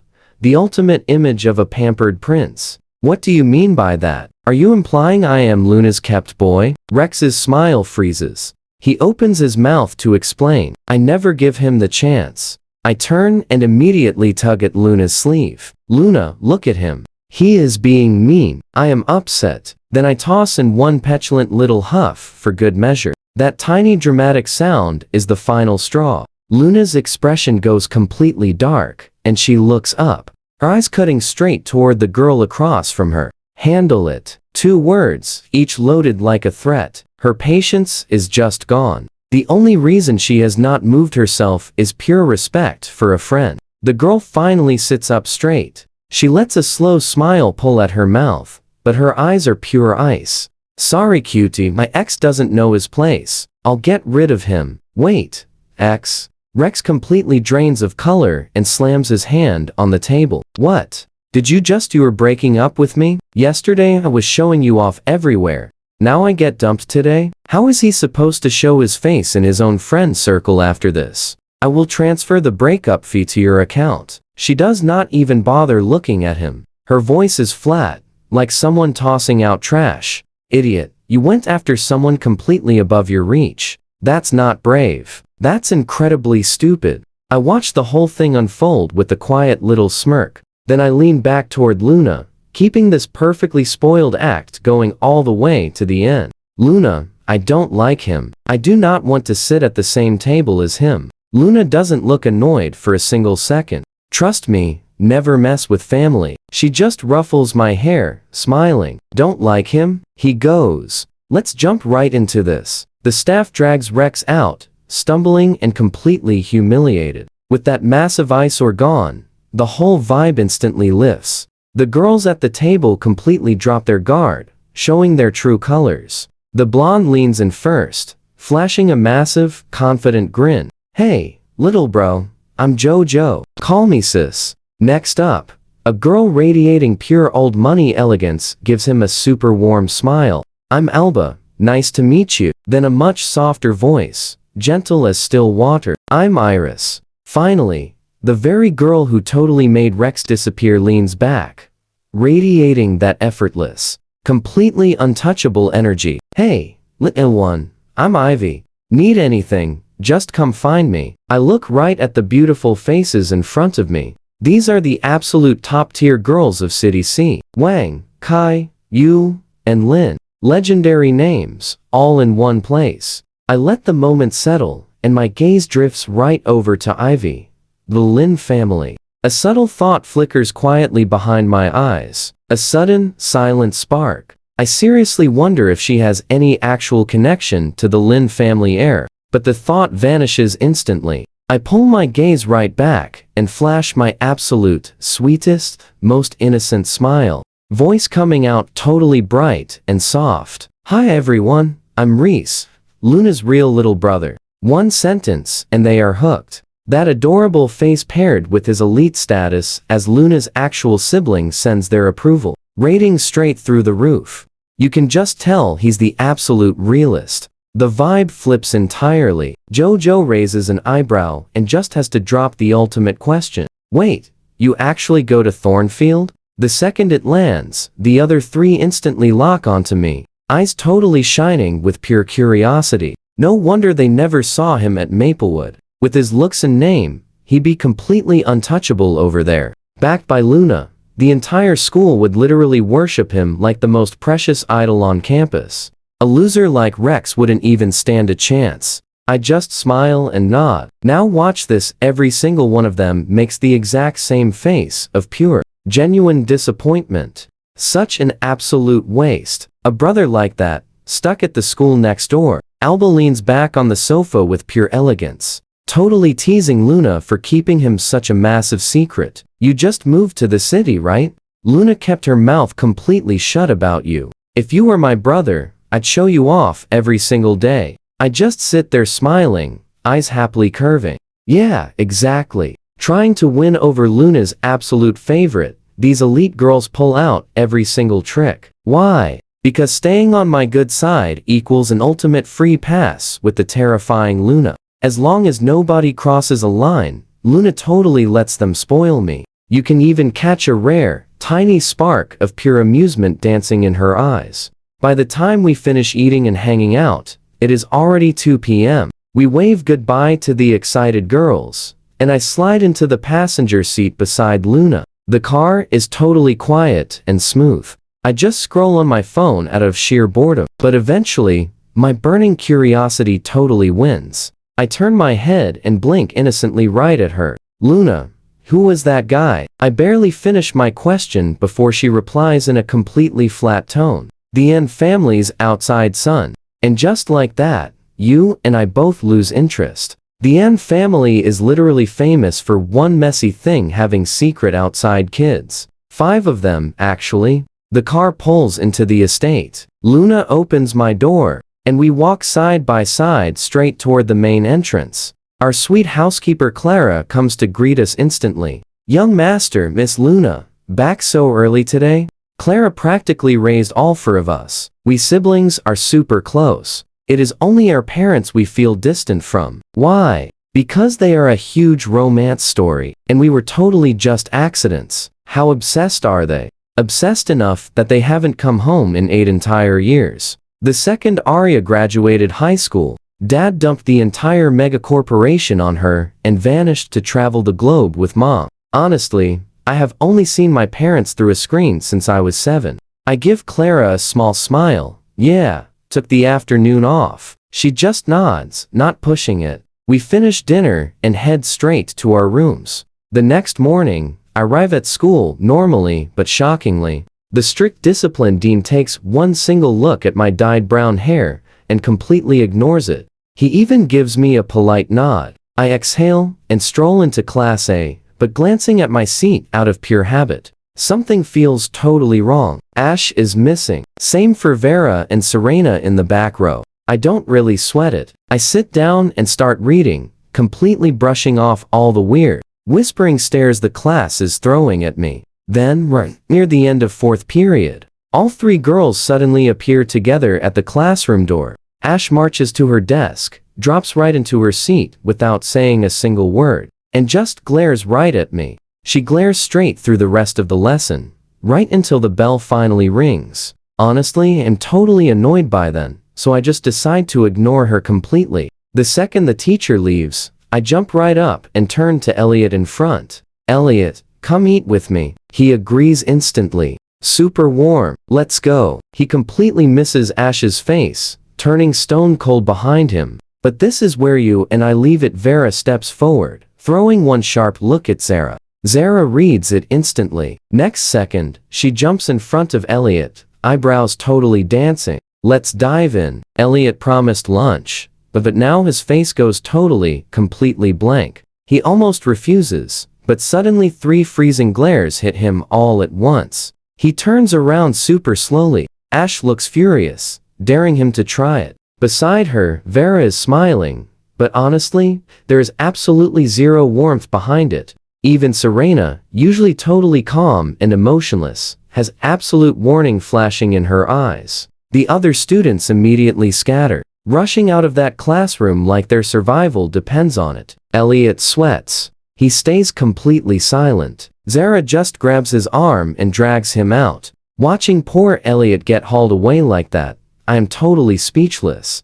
But Vera acts totally normal. She hooks her arm right through Ash's and gives me this bright, blinding smile. Reese, it has been forever. Ash missed you deeply. Hearing my name like that, I instantly freeze up. My eyes sting, but I force a smile. Surprisingly, even Serena, who rarely shows warmth, actually smiles. She speaks up first. Reese, come eat with us. You cannot keep avoiding Ash forever. Hearing that, Ash stands there, cold-faced, but a tiny, quiet emotion suddenly flickers deep in her eyes. I know exactly where the cafeteria is, but I nod anyway. Walking out together, the 4 of us instantly become the entire school's focus. Along the way, Vera keeps chatting happily, desperately trying her best to smooth the tension. Reese, did you just get back to the city? I nod. 5 days ago. Vera immediately asks, where were you for the first year?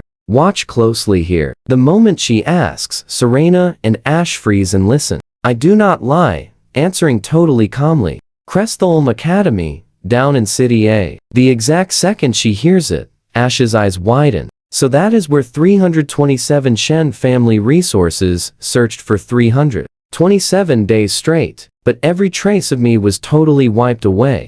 Now, it all makes sense. Now, she finally understands. Losing control. Yesterday. Then Vera suddenly blurts out, Reese, why did you disappear? Serena grabs her arm right away, signaling her to stop, but Vera just shakes her off. I do not look up. My answer comes out flat. Personal reasons. Suddenly, the air drops to absolute freezing. We reach the cafeteria entrance at that exact moment, and bam, the whole place erupts. Wait, is that Ash and her crew? Who is the guy? He is stunning. I heard he is her childhood sweetheart. Online forum posts get deleted instantly. Vera glances around at all the loud whispers, then her eyes sharpen with a plan. She grabs Serena's arm tight. Serena and I will get food. You two catch up. You feel that tension too, right? Just me and Ash now. Suffocating silence. She sits, and I hesitate before sitting beside her. The next second, Ash's voice comes out super cold and quiet. Why did you return? If you wanted to disappear, why come back at all? Those words hit deep. My chest heightens, but I keep my eyes turned away. Nothing. Something came up. I had to return. My voice stays eerily calm. A quick flicker of pain crosses Ash's eyes, then vanishes entirely. She draws a slow breath. Her voice comes out rough. Anyway, welcome back. We both fall into total silence. Thankfully, Vera and Serena return with our food, finally breaking the heavy, strangling quiet. The four of us eat in total silence. Vera tries speaking multiple times, but Serena shuts her down with a sharp look. Leaving, Vera finally speaks up. Reese, I'm just glad you are back. We are still the same as before. Warmth fills my chest. I gently smile. Thanks, Vera. Serena nods as well, giving my shoulder a quiet pat. Just come to us. I smile. I know, Vera, Serena. I say their names with easy warmth, completely ignoring Ash. Something heavy absolutely sinks deep inside Ash's chest. She gets absolutely nothing. Serena instantly notices the tension and suggests a campus tour, desperately trying to break this heavy, suffocating atmosphere. I agree, but somehow, as we keep walking, we magically end up right outside the library. Should we enter? Serena asks. Sure, I say. But the second we step inside, Serena instantly regrets her choice. The silence is absolute. You could hear a pin drop. How is this fixing the atmosphere? This is worse. We find seats. I grab a book and read, treating everyone around me like they do not exist. Seeing my reaction, the other three reluctantly do the exact same. I read a few pages, look up, and Ash is totally gone. I close the book, following her. Vera tries moving, but Serena pulls her back. Do not. Serena keeps her voice super low. Give them time alone. Let Ash explain herself. Vera quietly settles down. Stick with me here. I find Ash beside the library, but what I see completely stops me cold. Her back is turned, fingers pressing a creased paper. Her aura is incredibly heavy, absolutely nothing like the cheerful girl who used to laugh and ruffle my hair. Stick with me here. We are stepping right into a seriously heavy, emotional moment. My footsteps echo loudly. Ash quickly spins around, freezing for a brief second when she realizes it is me, letting her paper fall straight to the floor. Her voice is super rough. She asks why I am outside. Stopping right in front of her, I look deeply into her eyes. I came to find you. What are you even doing here? Shifting her eyes away, she mumbles something vague about just needing some fresh air. One look, and I instantly understand everything. I stay quiet for a long second, stepping forward to gently brush a single fallen leaf right off her shoulder. We both freeze completely, and right in that tense moment, I finally gather the courage to ask the heavy question I have kept buried deep inside. Why did you skip the entrance exams? Where did you go? Ash holds my intense gaze for a few seconds. When she finally speaks up, her voice is barely a soft whisper. 10 days before exams, my fake cousin Shen Ruian teamed up with the In family's illegitimate son, In Chin. Together, they actually sent a whole group of guys to completely jump me. My heart rate absolutely spikes hearing that. Looking at her, completely filled with deep worry, I frantically asked if she is okay. The exact second those words leave my mouth, I regret it. She is standing right in front of me, so obviously she is fine. Ash slowly shakes her head. Her voice goes completely soft. My dad eventually found me, so they did not dare push any further. She pauses, then continues. I just took a hit to the head. Spent over 10 days recovering in the hospital, missing the exams. By the time I left, you were already completely gone. Still, one burning question remained stuck in my chest. I quietly asked the thing hurting me most. Why did I see you kissing Anshin on the day you disappeared? Ash's brow deeply creases. So, I had witnessed that moment. She quickly explains that Anshin brought over 40 people to completely surround her. She got super close to threaten me, warning me to stay entirely out of it. We never kissed. Right after that, they grabbed me, and the horrible attack finally started. Now, watch closely the exact moment I hear this. All my doubt completely vanishes, replaced by a massive, truly crushing wave of overwhelming guilt. I think about my childish tantrum, changing every single way she could possibly contact me. It is honestly almost laughable. My eyes go completely red instantly. The very next second, I am throwing myself into Ash's arms, voice breaking. I am so sorry, Ash. When you needed me most, I simply was not there. Feeling me totally tremble in her arms, her heart nearly shatters. Gently wrapping her arms around me, her voice sounds impossibly soft. You are here, and that is all that matters. It is my fault for never explaining everything. It takes a long moment before I can finally lift my head. My face finally shows some lightness now. Ash, let us confront them. We should head back to class. Seeing me act like myself again, absolute warmth completely floods through her. Reaching out, she ruffles my hair with total, undisguised affection. Okay? When Ash walks back out with a smile, Vera and Serena read the vibe instantly. Raising her eyebrows, Vera asks if everything is sorted. Ash beams. Obviously. So, the four of us just walk right back to class side by side, totally acting like absolutely nothing happened. But stepping through the door, Zara immediately calls out, asking if we are back already. Vera fires back without missing a single beat. Obviously, classroom is mostly full by now, but Ash keeps her eyes entirely locked on me. Her gaze is soft enough to completely drown in. While I look down, replying to a text, her completely undisguised, intense stare practically burns a hole right through me. I give up and put the phone away. What? Ash just answers with one word. Nothing. I know what you are thinking. The sweet energy between us is literally overflowing, and the whole class is totally staring. Is this truly the legendary ice-cold girl they heard about? Whispers instantly ignite everywhere. The new transfer student is actually Ash's boyfriend. Oh, my. Literally nobody expected the cold queen to hide a side this soft. Plus, he apparently grew up alongside Vera and Serena too. You really do not want to cross him. But right before our afternoon class can start, that beautiful, sweet atmosphere gets shattered by one phone call. It is from Lucas, my old friend in City A. Ever since I left, Lucas had basically gone totally silent. Every single message I sent vanished without any reply. I step right outside to answer it. On the line, Lucas forces a super casual tone. I just randomly thought about you.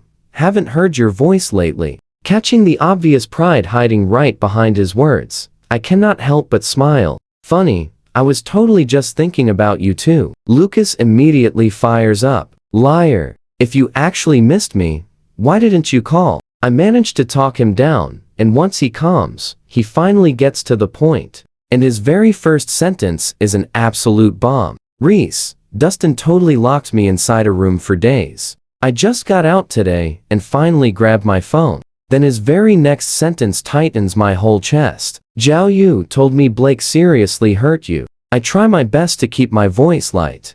I am fine. I just transferred into the city. Lucas lets out a loud, dramatic groan. Reese, without you around, I will basically pass out from pure boredom. I laugh, mentioning Aiden. Lucas sighs. Aiden has exams. They confiscated his phone. Right then, crazy plan sparks. And trust me, you are going to want to see what happens next when he mentions his sick leave. Stick with me here. My mom just returned today, so I am visiting you for a bit. He is about to totally vanish. When she notices him missing, Dustin will not have any excuses left. He is making absolutely sure that perfect stepfather routine shatters once and for all. I pause for a second, then smile. Come on over. I will text my location. Lucas sounds absolutely thrilled. Reese, that is not far at all. Give me 1 hour. But suddenly, his entire tone flips upside down. Wait, you are in City C? The real capital?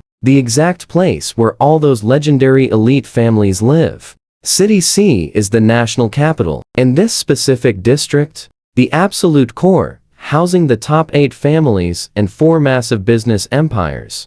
Just one family here easily crushes the most powerful names anywhere else. The wealthiest in the nation, the Shen family, is based here. Lucas suddenly spots something, and his eyes completely widen. Then there is the Moore family, ranked number 2 nationwide, in pure wealth and power, right behind Shen. Now pay attention here. Lucas always knew I was not just average. That deep, unshakable confidence built into my bones? You simply cannot fake it. Back at Crestholm, whenever people tried to mess with me, I completely shut them down with one cold look. Right then, Lucas decided we were totally alike, so he always supported me. I reply into the phone, keeping things super chill. Lucas, I am at school. Just follow the map. His mood instantly skyrockets. He quickly asks, is sneaking into your school super easy? Remembering how easily Rosie strolled inside, I casually reply, yeah, pretty easy. Lucas gets it right away. At Crestholm, sneaking out was basically their daily routine. He makes his decision immediately. Perfect. I will grab a taxi and just climb the wall to find you. Meanwhile, back inside the classroom, I have barely hung up the phone when Ash, casually propping her chin on her hand, asks without any warning, who is that? A friend from City is sneaking in to find me. Ash narrows her eyes. A guy or a girl? A guy. Hearing that, she totally relaxes and drops the subject right there. Then the bell rings. Our homeroom teacher walks in holding huge stacks of papers. It is exam time for 3 straight periods.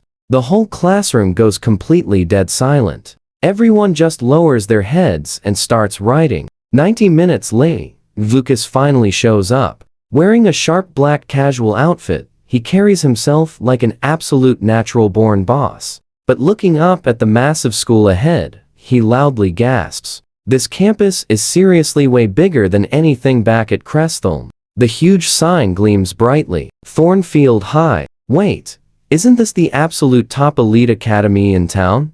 You and I know what is coming. Lucas stares at the massive towering wall, and his mind totally blanks. This thing is way taller than Crestholm. He just stands there, totally frozen. You actually called this fortress easy to enter? The security guards are already giving him weird looks. He casually steps aside and whips out his phone. Back inside, the 4 of us finished our exams early. We are just chilling outside the campus store, having a nice chat. Suddenly, my phone starts buzzing. I look down. It is Lucas. Without overthinking it, I answer the call right in front of everyone. Instantly, Lucas yells right through the speaker. Hey, I am stuck at the main gate. Come rescue me right now. That loud, frantic voice echoes perfectly. They all hear him. I just laugh.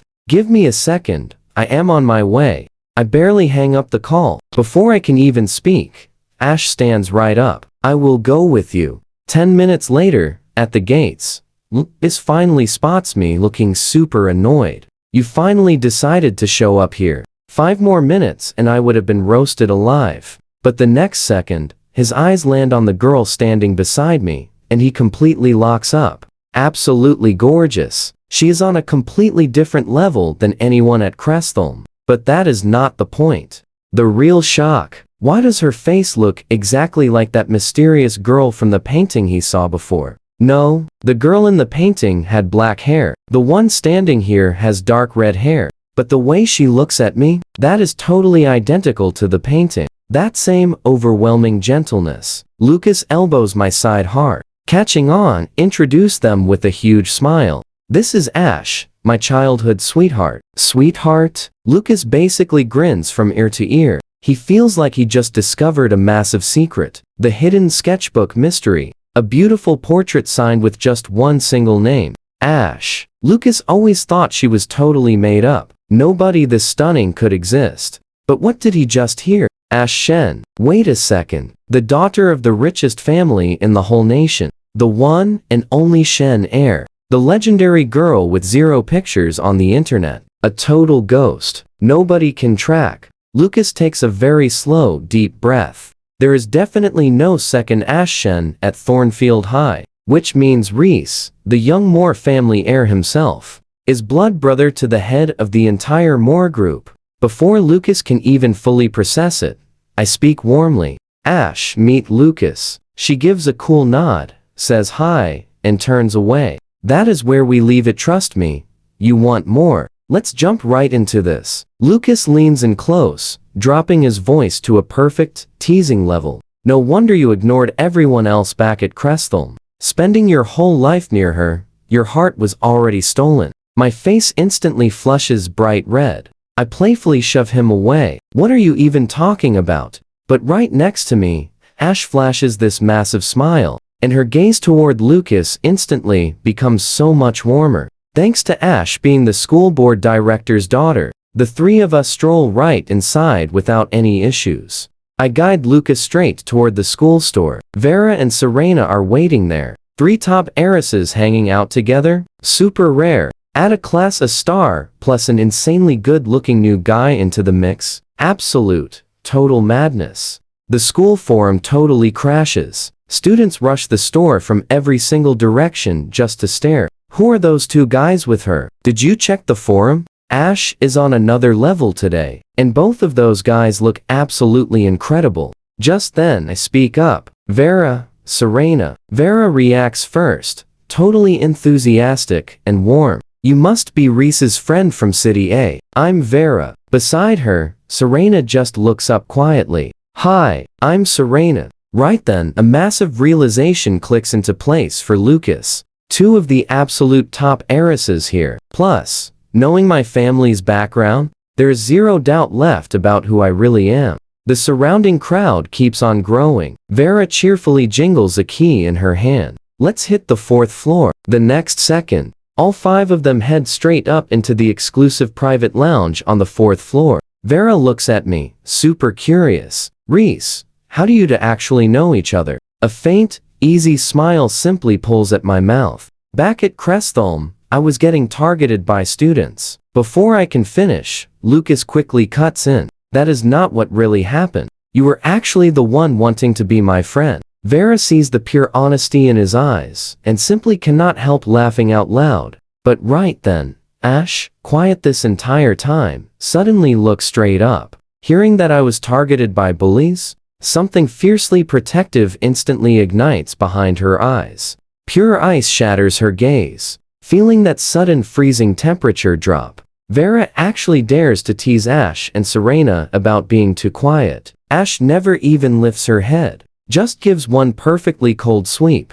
But the second I ask a question, she smiles and answers super warmly. Even with that, the heavy tension never lifts. Everyone's focus shifts to Serena across the table, staring down at her phone. Her brow is tight. Her entire face just screams pure emotional exhaustion. When asked, it turns out it is that totally unstable 4th son of the Lang family bothering her again. The Lang family matriarch supposedly saved Serena's mother's life once, and they have used that life debt to force an engagement ever since. Now, Serena gets so intensely hounded by Lang Fang that she can barely even show up to school anymore. Now watch closely. Ash drops an absolute bombshell. That so-called heroic life-saving incident? The shady Lang family staged that entire thing themselves. Before those words even settle, the lounge door violently slams open. Lang Fang barges in, aggressively demanding to know why Serena ignored all his text messages. He flinches a bit, seeing Ash, but hiding behind his fake savior status. The guy absolutely refuses to back down.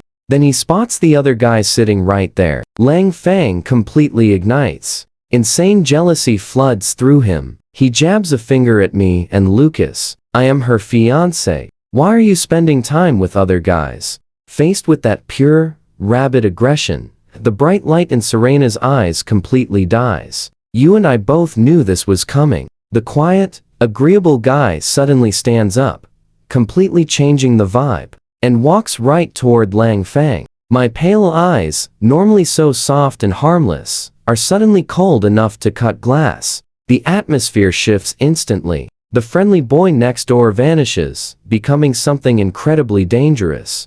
Claiming a fiancé title by pure force, does that actually make you righteous? Lang Fang gets totally rattled by my intense aura, instinctively stepping back. He never saw this coming. The guy who looked like the most harmless person there actually has something incredibly cold and completely untouchable inside. I slightly tilt my chin up, eyes overflowing with absolute contempt. Treat others exactly how you want to be treated. I really do not need to teach you that basic lesson, do I? Right then, Is smiles while Serena stares in total shock. That quiet, agreeable personality was never real. The person standing there right now, commanding the whole room with just one single look. This is the actual real Reese. He used to hide behind everyone else, always letting Ash handle things. But 1 year in city, changed him completely. Ash just watches, clearly having no intention of stepping in. Serena finally walks over beside me, stares Lang Feng down, and delivers a completely direct order.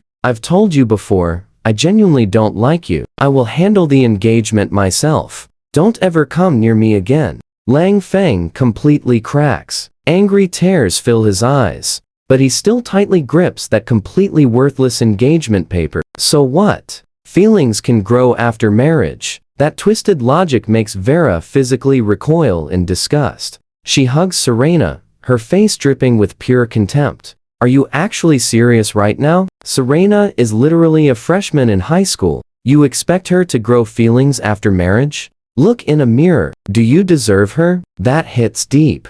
You and I just witnessed an epic squad showdown. Come along with me here. Lang Feng, totally cornered and furious, tries targeting the most harmless looking person, me. He actually dares to make some wild accusations. My engagement to Serena is famous around this city. Whoever you are, stay in your lane. His words barely drop before the air turns completely to ice. Excuse me, what? Ash, who was just totally chilling, shoots up in an absolute flash to stand right beside me. Her deep eyes go completely pitch black instantly. A massive wave of raw, fierce energy explodes off her, like she might do something permanently damaging right now. That arrogant guy Lang Feng instantly stumbles backward a few steps. His voice starts shaking uncontrollably. Ash just stares right at him. Just one word, leave. Lang Feng hits the wall, shivering so hard he cannot even form a sentence. Right when he thinks he is totally safe, Lucas, who just watched this whole comedy show,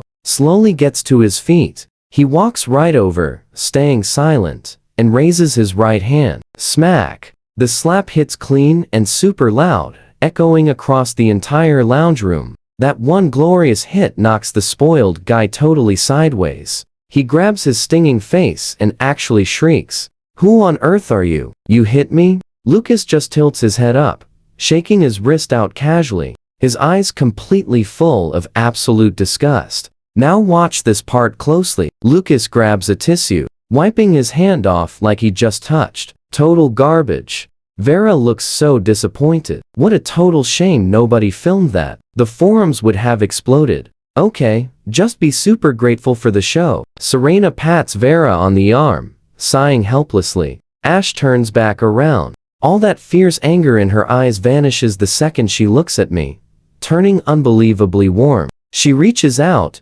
gently pinching my cheek. Listen, It's time a dramatic mess happens. Do not even talk. Just leave. And if you cannot win, I'm right here. As they all keep joking around, Vera suddenly sighs. Honestly, without Lang Bing around, that entire Lang family would have completely crumbled ages ago. Lang Bing, huh? Hearing that specific name, my entire body freezes up instantly. Even while Ash stands right beside me trying to help.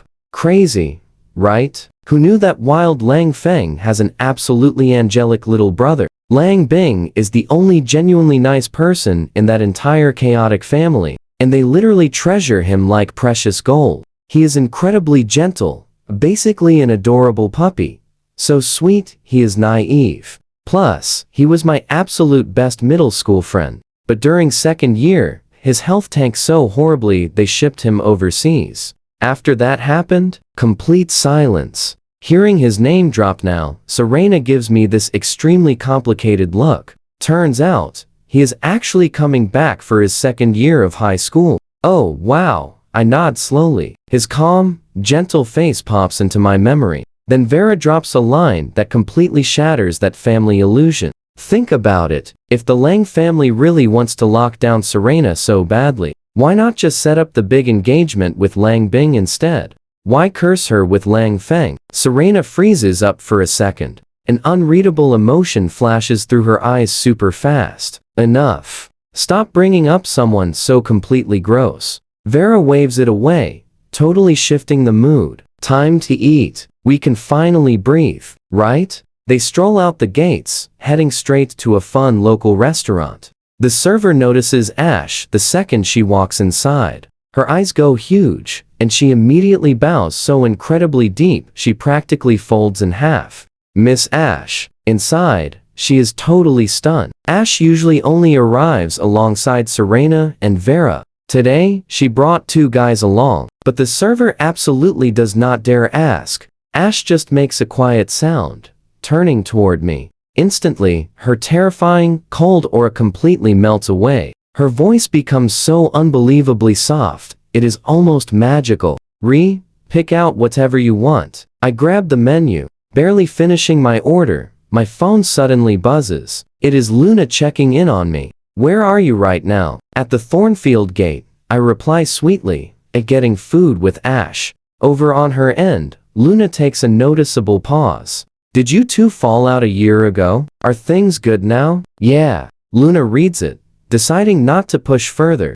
She just replies with one single line, telling the housekeeper to prep a room for Lucas. Instantly, my phone buzzes again with a fresh bank alert. 2 million just dropped from an account ending in 9527. Smiling, I send a cute sticker. Luna is seriously the best. She replies calmly, reminding me to stay safe out there. I tuck my phone away. Our food arrives perfectly on time. A massive spread, and absolutely zero dishes contain any green onion, ginger, or annoying garlic. Plus, nothing needs peeling or shelling either. That is totally Ash's legendary attention to detail. She silently reaches over, dropping a perfect piece right into my food bowl. Her motion is so flawlessly practiced. It is pure muscle memory. I happily accept without thinking. Vera and Serena do not even blink once. But Lucas, watching nearby, feels pure sour bitterness bubbling up inside his chest. Why does his childhood sweetheart literally just insult him? Meanwhile, Ash is out here practically raising hers. Everyone eats happily until 6:30. Barely stepping outside the restaurant, Vera's phone suddenly rings. Her cheerful smile vanishes instantly, totally replaced by pure, obvious irritation. Drama at home.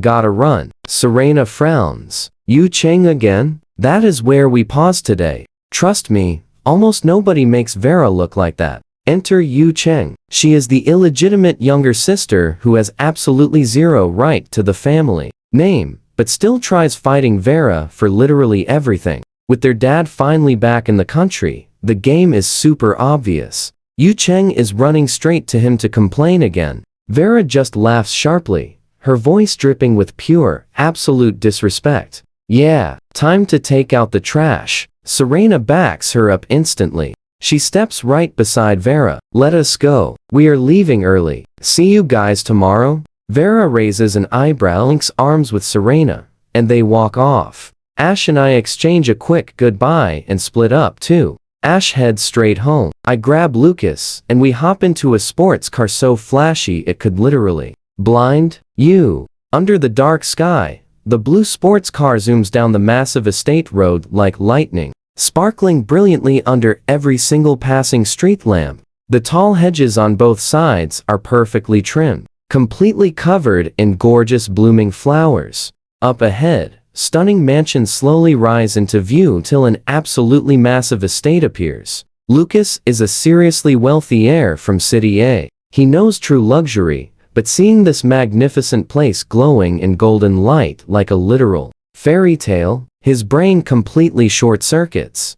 Reese, is this really your house? His voice comes out, shaking as he stares outside. Do you seriously live in a castle? Are you an escaped Disney prince? I keep my face totally calm and just give a quiet little hum. We both knew it. His craziest guesses were totally confirmed. The driver up front looks like a hardcore mob boss who handles dangerous business. But he still calls me young master with absolute respect. The car has literal diamonds on it. He lives in Westview Estate, a neighborhood just for the absolute city elite. He is the Shen heir's childhood sweetheart, and his last name? Moore. Aside from the one absolutely legendary family in this city, who else could he be? So, is anyone home? Lucas tenses up instantly. I just smile and shake my head. Relax, Lucas. Mom and Dad are traveling. My sisters are all out tonight. You are just staying with me. The sports car glides smoothly to a stop right by the grand entrance. That incredibly scary driver steps out, opening the door with surprisingly soft and super careful movements. His tone is unbelievably respectful. Young master, after you. I step out without missing a single beat. Lucas closely follows behind. We both walk toward the massive golden doors. The heavy doors open slowly, and the inside completely shatters everything Lucas ever knew. Dozens of giant crystal chandeliers hang from the high ceiling, making the whole massive hall bright as day. Priceless antique vases decorate every single corner without a speck of dust. Several maids are walking quietly around. The second they spot me, they stop immediately and bow with perfectly warm, practiced smiles. A butler in a sharp suit steps forward, bowing slightly. Welcome home, young master. Then he glances at Lucas. And who is this? This is my friend, Lou. Ah, young master Lou.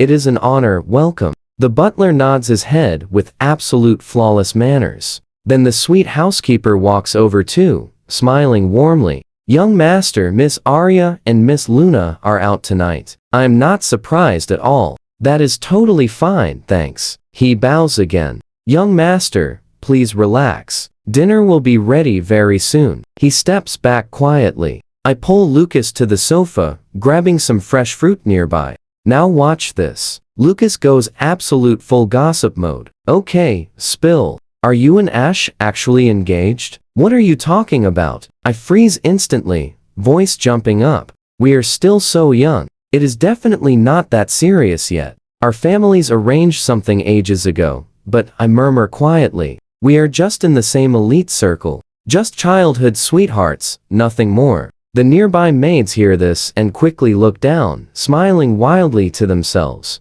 They watched their whole relationship fall apart before, with him transferring schools away, and Luna almost never coming back home. But now, it is super obvious they made up, meaning their favorite couple is serving sweet romance again. I was only asking. Lucas smirks slightly. No need to panic, you big shot. He suddenly drops the teasing completely, his voice filling up with totally genuine jealousy. Reese, you're the Moore family's only heir. Plus, you have two big sisters spoiling you rotten. Literal dream life. I hold up a single finger, shaking it very slowly. Not 2, 3. Wait, what? Lucas goes completely blank. 3? The Moore family only has Ariane and Luna. There is one more. I smile with heavy mystery. I have a twin sister. Lucas's brain is completely shorting out. That explains why Luna is always called the second daughter, so there is a twin below her. Do you two look exactly the same?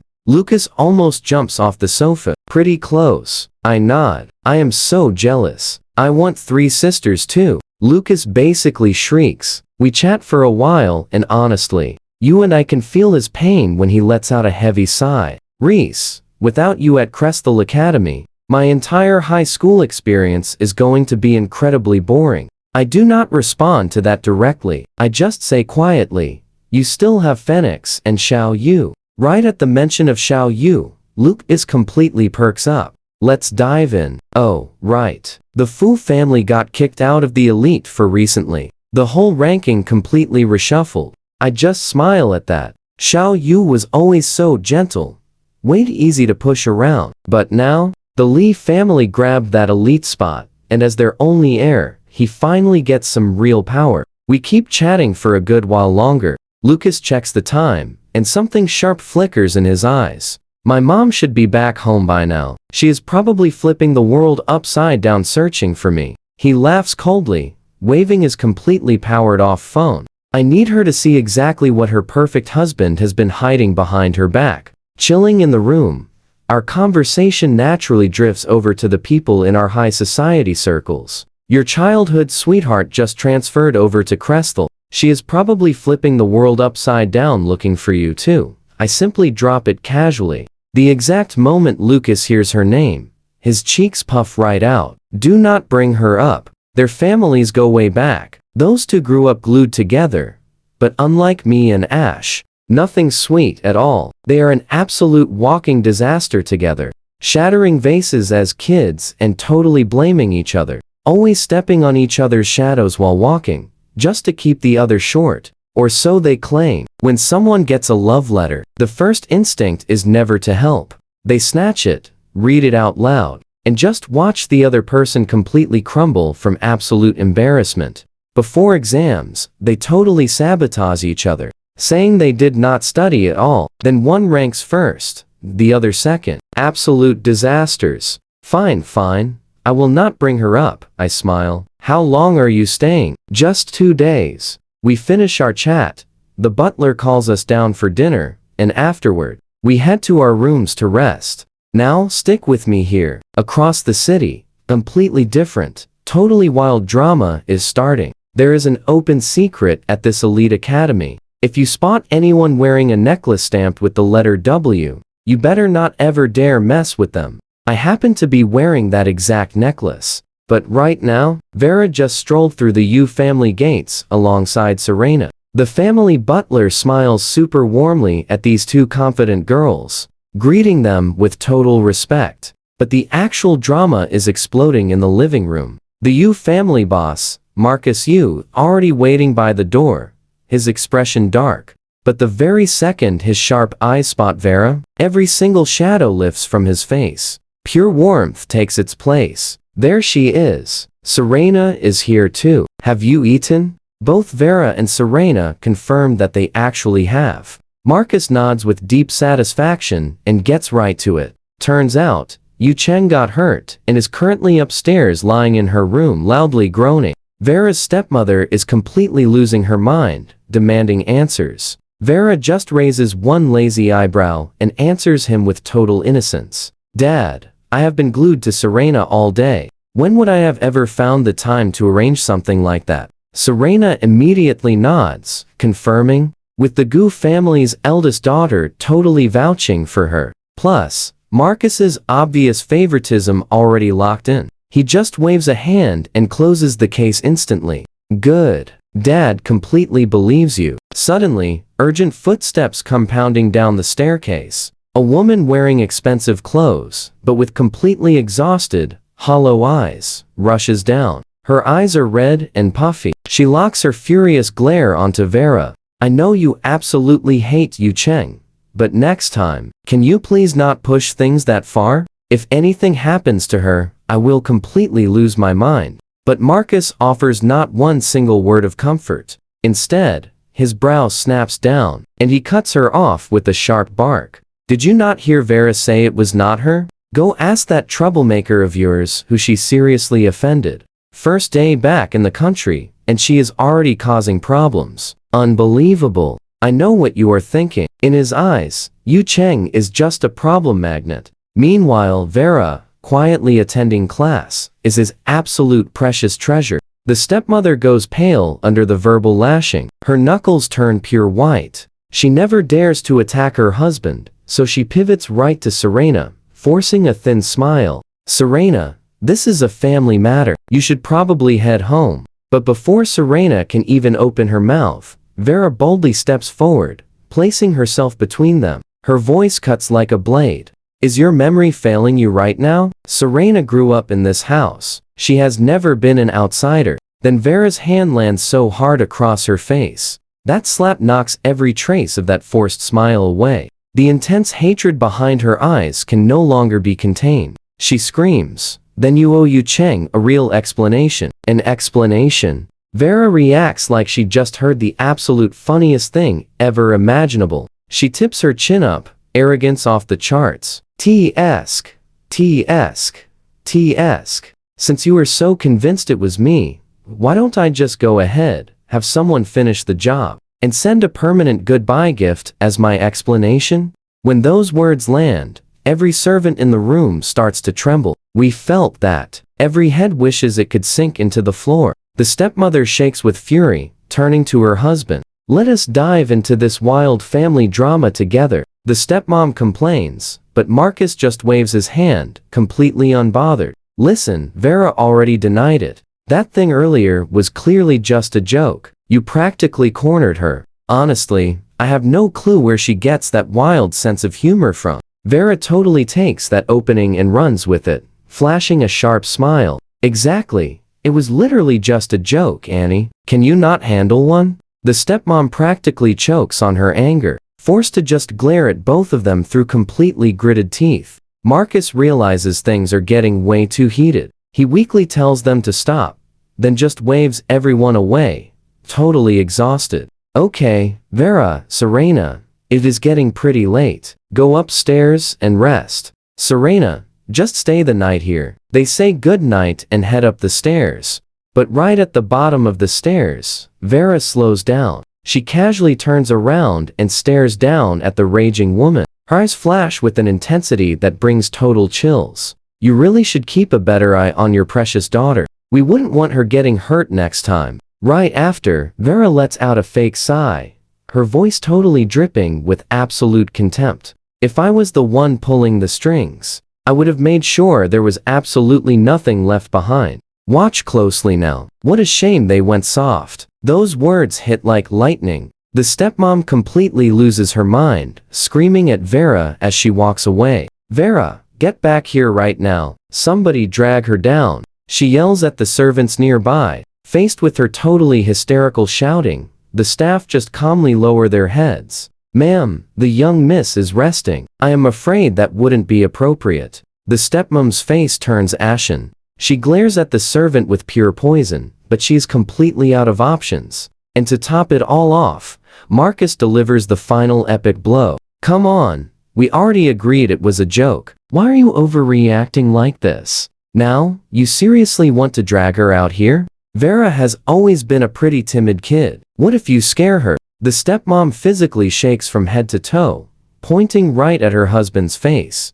You are so incredibly biased. If Yu Cheng said something like that, you would have punished her instantly. Did you totally forget your promise to treat her like family? Enough. Marcus finally snaps, absolute disappointment showing all over his face. I am biased? Vera was just having a great day out. You called her back home, and before she even drinks some water, she gets blamed for everything. Did you even bother investigating before pointing fingers like that? He rubs his forehead, totally exhausted, and lays out the facts. If I do not support Vera, who will? Yu Cheng is your own kid. But how does she even compare to Vera? The Yu family legacy belongs to Vera. I know what you're thinking, but every single word lands like a harsh slap. Is favoring her wrong? Then Marcus drops the absolute final verdict. Sleep in the guest room for a few days. Do not come to my room. He marches right upstairs without even looking back. Vera quickly throws an arm around Serena, pure, maximum provocation flashing in her eyes. Serena, at that, someone is getting totally banished to the guest room. And she actually dared to call you outsider. Serena tilts her head, smiling softly. Exactly right. These two girls play off each other absolutely perfectly. The nearby servants are biting back their laughter so hard that their faces are turning red. The stepmom is just left standing there alone, nails digging deeply into her palms. Furious, but completely powerless. Back in the room, Vera throws herself onto the bed, kicking her blankets in absolute frustration. No matter how often she wins, getting falsely accused never stops feeling totally disgusting. Then the bedroom door opens up. Serena walks in, wearing her dark pajamas, sitting right on the edge of the bed. Her voice is incredibly soft. Knew you were awake. Came to check on you. Vera rolls over immediately, blinking with wide, totally innocent eyes. Serena, do you think I went too far? Serena laughs, gently smoothing down Vera's ruffled hair. You only told the honest truth. What goes around comes around. That is not your fault. Once she finally coaxes Vera to sleep and gently closes the door, the gentle warmth in Serena's eyes completely vanishes. What replaces it is totally cold and calculating. Since the stepmom is so determined to blame Vera, once that outside daughter heals up, Serena really does not mind making sure the blame actually fits perfectly. The next day at Thornfield High, I walk into class right as the morning bell rings. The desk next to me is completely empty. Class A's loud chatter rises and falls all around me. I prop my textbook up to hide my face, quietly sliding out my phone.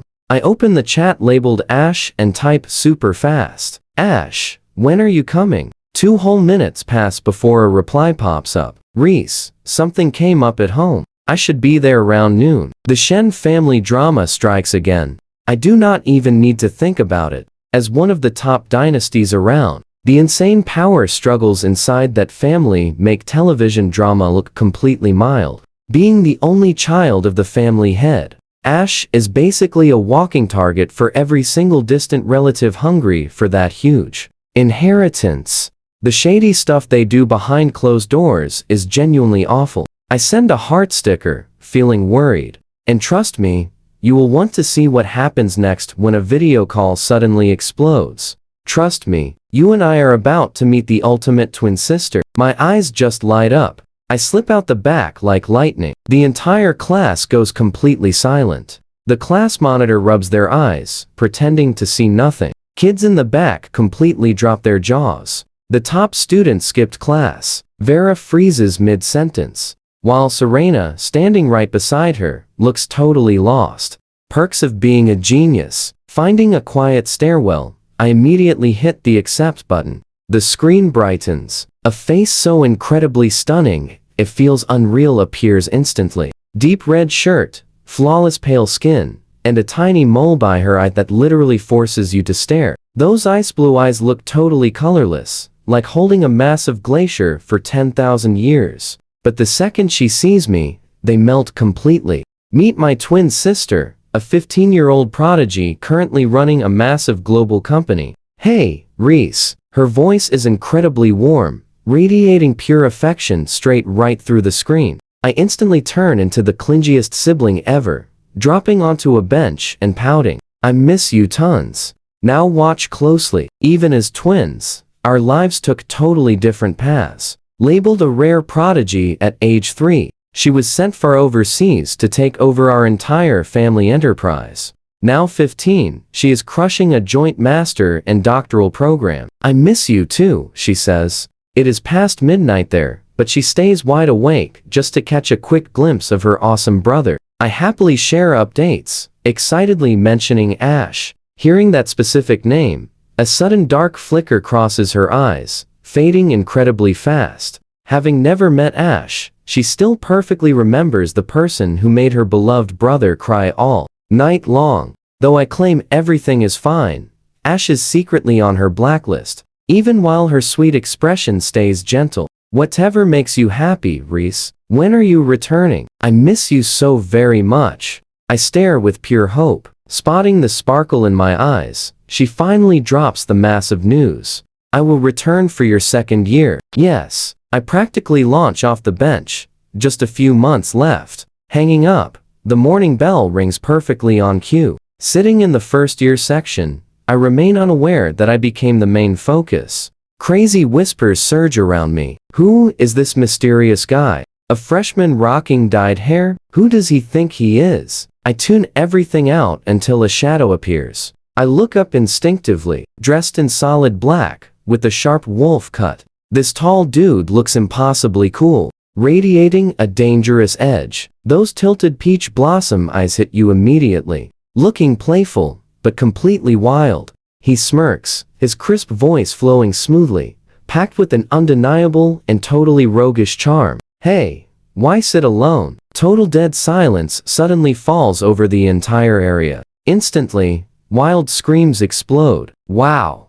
Stunning. Who is he? I'm totally switching loyalties. Why approach the transfer, kid? So unfair. Seeing those familiar peach blossom eyes, I laugh and stand. Flynn. He raises an eyebrow, throws his arm around my shoulder, and smoothly drops his voice to tease. Reese. One day apart feels forever. I smile, grabbing his hand back. Let us go. We cannot talk here. Leaving, I flash a quick smile at the stunned crowd. My eyes spark like lightning, making half those students practically faint on the spot. You and I would ignore this wild chaos and stroll away too. The security guard takes one single look at me, silently waving us right on through. Outside, Flynn uses his real voice. Skipping class? I shrug, totally chill. Not returning. Makes zero difference anyway. Flynn laughs hard. Fair. Lucas said you skipped daily in Cydia but still dominated the grades. Walking further, Flynn randomly stops. Man, so hot. He reaches up, ripping off that black wig. Reese, huge shame you missed Maplewood. Flynn touches his real hair, sighing. I just smile softly. Honestly, knowing Ash attended Thornfield, I would have definitely chosen Maplewood without a second thought. Hearing about Ash, Flynn cringes hard. I saw you both reconcile. Honestly, we all grew up together. Flynn wanted to stick by me, while Ash acted like a territorial wolf. Her glares were always packed with intense hostility toward him. Things stabilized when Vera and Serena arrived. Yeah, we made up. I nod. Flynn mentally rolls his eyes. While you vanished, Ash went entirely crazy trying to track you down. Makes you wonder what happens next, right? He really never liked Ash anyway. Alright, come along with me. He thought she was possessive, but honestly, when it concerns me, she never gives him a reason to complain. Fine, stay happy. Flynn snaps his fingers. Since you are skipping class anyway, me show you Maplewood. Sure thing. We head straight into Maplewood next door. The gate staff treats Flynn like family. They easily sign us in and wave us right through. But the second we step onto campus, the whole vibe completely shifts. Forget Thornfield's strict rules. Maplewood is pure chaos. Look anywhere, and you see crazy, wild hair colors. These rich kids go absolutely wild, mostly just to annoy Thornfield. As long as their grades stay high, the teachers look away. Suddenly, a loud shout echoes out. Flynn! A guy charges across the field with 2 followers. The noise grabs everyone's attention. One look at the newcomers, and the whole area just erupts. Before a single word drops, Flynn flashes a confident smile at the group. He introduces me like he owns the place. Meet my good friend, Reese. Instantly, 3 girls with totally different, crazy energies push their way forward. My gaze lands on one girl and freezes. Before I even speak, she squints hard. Have we met somewhere? That brings me back. 2 days ago, Rosie dragged me to the mall.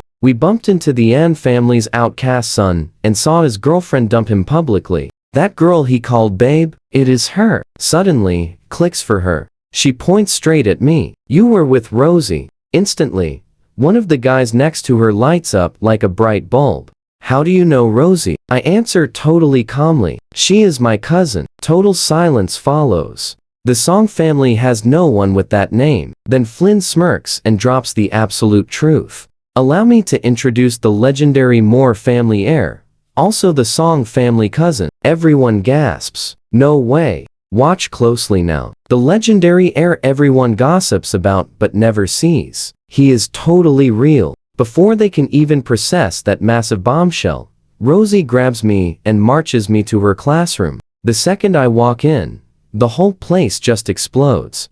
Dozens of eyes snap to me. Whispers erupt everywhere. Who is he? Why is he with Rosie? Is he even in high school? One girl, with absolutely zero survival instincts, waves cheerfully. Rosie, can I hang out with your little brother? Her seatmate turns pale, panicking. Do you want to vanish? Total silence drops. Rosie smirks, but her eyes are absolute ice. If you are brave enough, sure. A freezing chill runs right through the girl. She instantly backtracks. Just kidding. I really love studying. Rosie leads me to the back row. Luna's desk. I casually drop into the forbidden empty spot. Rosie whispers something and leaves the room. The second she is gone, the heavy hostility hits. A dude with matcha green hair sees her leave and starts talking trash. Luna hates having a seatmate. You should not sit there. The class goes quiet. He glares at me with pure rival energy. I do not care. I pull out my phone silently. Then, a few people stroll through the door.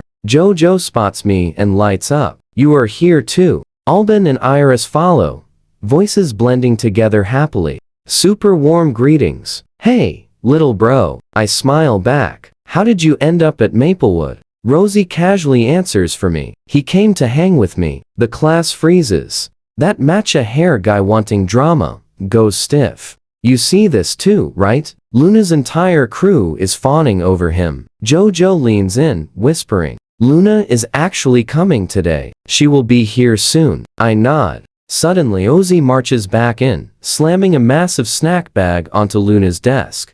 Reese. Snacks. The entire class is stunned again. Rosie is usually ice cold, but warm with him. Then it clicks. He is the shared little brother of both families. The bell rings. Luna steps in right on cue. The room falls completely silent. Those pale eyes, exactly like mine, carry a heavy, refined vibe, perfectly matching her striking blue and white hair. Even after 2 years, no one gets tired of her. But wait. Luna and this guy share features, especially their eyes. While everyone keeps guessing, Luna's gaze sweeps the room, locking onto me in one single second. She quickly takes her seat. I am happily drinking milk, and I just smile. Luna. Half the class turns to absolute stone. Matcha hair guy looks terrified. Luna ignores everyone else. She reaches over and ruffles my hair like it is totally normal. What are you doing here? I answer sweetly. Flynn brought me. Then I bumped into Rosie and ended up here. Luna nods. So what do you and I make of this? The teacher ignores me. Class starts, and I game all period. Wild, right? Stick with me. This gets wild. By second period, I am totally bored, just staring at Luna finishing up her test paper. Luna notices right away. Setting her pen down, she tilts her head. Bored? I lay flat on the desk and nod like a good boy. Luna just casually slides a heavy practice book right over to me. Senior level. Try it. I grab the pen and begin. Meanwhile, over at the Shen family estate, the tension is completely suffocating. Over 12 people crowd the huge living room in absolute silence. It is the calm before the storm. Except for one girl. Ash lounges alone on the sofa, eyes glued to her phone, typing incredibly fast on the screen. Her dad ordered her to stay until noon. She hated missing her fun time with me, but she stuck around and did it. Walking downstairs, she stepped right into this massive mess. Out of simple politeness, she honestly has no choice but to sit there like decoration. Ash lazily glances up, her sharp eyes sweeping past her father to casually scan everyone else there. Someone in there is clearly furious about something. She just checks her phone again.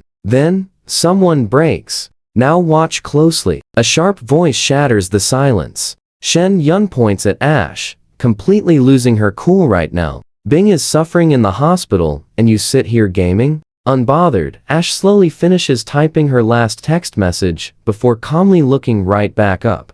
Her dark eyes show zero irritation, only a faint, icy contempt. I am no doctor. What am I even supposed to do about Bing being hospitalized? If you care so much, why aren't you waiting at the hospital instead? Why are you chilling inside my house? Shen Yun's face instantly darkens. She grinds her teeth, lips literally shaking mad. Her eyes burn with deep hatred. Yun, enough. Suddenly, a soft female voice breaks the standoff. It is her stepmother. Since an elder spoke up, Shen Yun shuts her mouth, bitterly swallowing down the explosive fury inside her. In this super tense moment, a totally random, unexpected voice pipes up. A young girl named Shen Yuju is secretly exhausted from standing around. She walks up to her older brother and whines about wanting to sleep because her legs are killing her. He instantly understands, reaching out to softly ruffle her hair. Just hang on longer. 2 minutes pass. Shen Heng checks his phone, trading a fast look with Shen Yun. Something mysterious flickers between them. Bing is finally awake. Hearing that, the head of the family, Shen Su, finally speaks up. Everyone prepare to head to the hospital. Under the family head's orders, everyone suddenly dares to move. Arriving at the hospital private ward, the huge group shows up together, but the room door is shut. Shen Heng totally frowns, his voice tight and seriously annoyed. Was he not awake? Someone rushes to calm things down, suggesting they wait a bit. Soon, the door finally opens. Shen Yun rushes inside super fast. Everyone follows, except Ash. She leans lazily on the doorframe, stopping a passing nurse to ask her a very quiet question. How did this patient get here? The nurse's face shifts quickly. A car accident. Ash raises her brow, striding right over to the bed. Shen Bing leans against the headboard, looking awfully pale. He has huge scrapes on his cheek, heavy plaster casts everywhere, and his head wrapped up totally like a giant dumpling. We both see it coming, right? Ash looks calm, but her massive internal suspicions are growing fast. Then, Ash's eyes turn completely cold. Right by the bed, Chang Sikong is crying in this super fake, delicate way.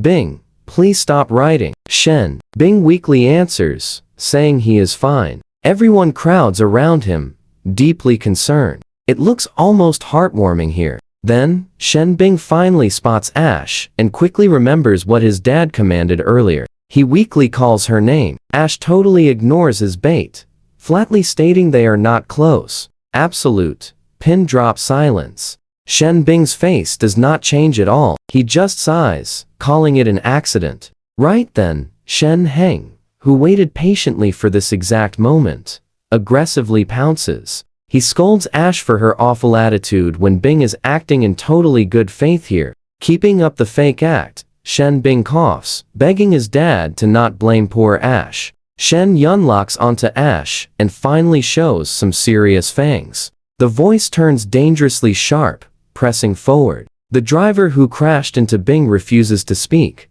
hiding the mastermind. Seeing how suspiciously calm you act, it feels like you totally knew about this. Maybe you secretly arranged this yourself. Hearing that wild accusation, Ash simply laughs, short and freezing cold. Her tone remains insanely, incredibly calm. Zero evidence. Never wrongfully accuse anyone. Shen Yun practically stomps her foot. If you are innocent, why stay so calm? Ash quickly fires back at them with absolute innocence. We were never close. Why would I panic? Shen Su finally steps in, shutting Shen Yun down with one sharp glare. But Shen Yun's eyes burn red. She completely ignores the powerful family head, jabbing a mad finger straight at Ash. I totally see your game. You hate us all over that leadership handover. So what do you and I make of Ash's totally savage, contemptuous smile here? Let's jump into this. That spot belongs to my dad. Why would I resent people like you? The strongest always lead. If you are not good enough, who can you blame? Over in the corner, another girl, who totally gets being sidelined, watches with huge, delighted eyes. Oh, things are seriously getting so good right now. A girl beside her tries to speak up, but her brother instantly clamps a hand right over her mouth. Shh, do not say a word. He knows exactly how scary Shen Heng and his family are. He is definitely not letting his sister get caught. Then the fourth uncle finally steps up to smooth everything out. Enough. The main priority right now is finding whoever did this. Ash just laughs coldly inside. Whoever did this. In her mind, this entire thing was totally staged by Shen Heng and his son. Shen Bing speaks up again, committing to his performance. Ash, I'm really so glad you came to visit. He even fakes a brave little smile. Ash feels absolutely sick. This family is honestly just unreal. Seeing his big moment, Shen Heng turns his dark eyes toward Ash. Bing is talking to you. Ash shows maximum indifference. Suddenly, Shen Su erupts, stepping right in front of Ash like a shield. Everyone stand down. He looks straight at Shen Heng.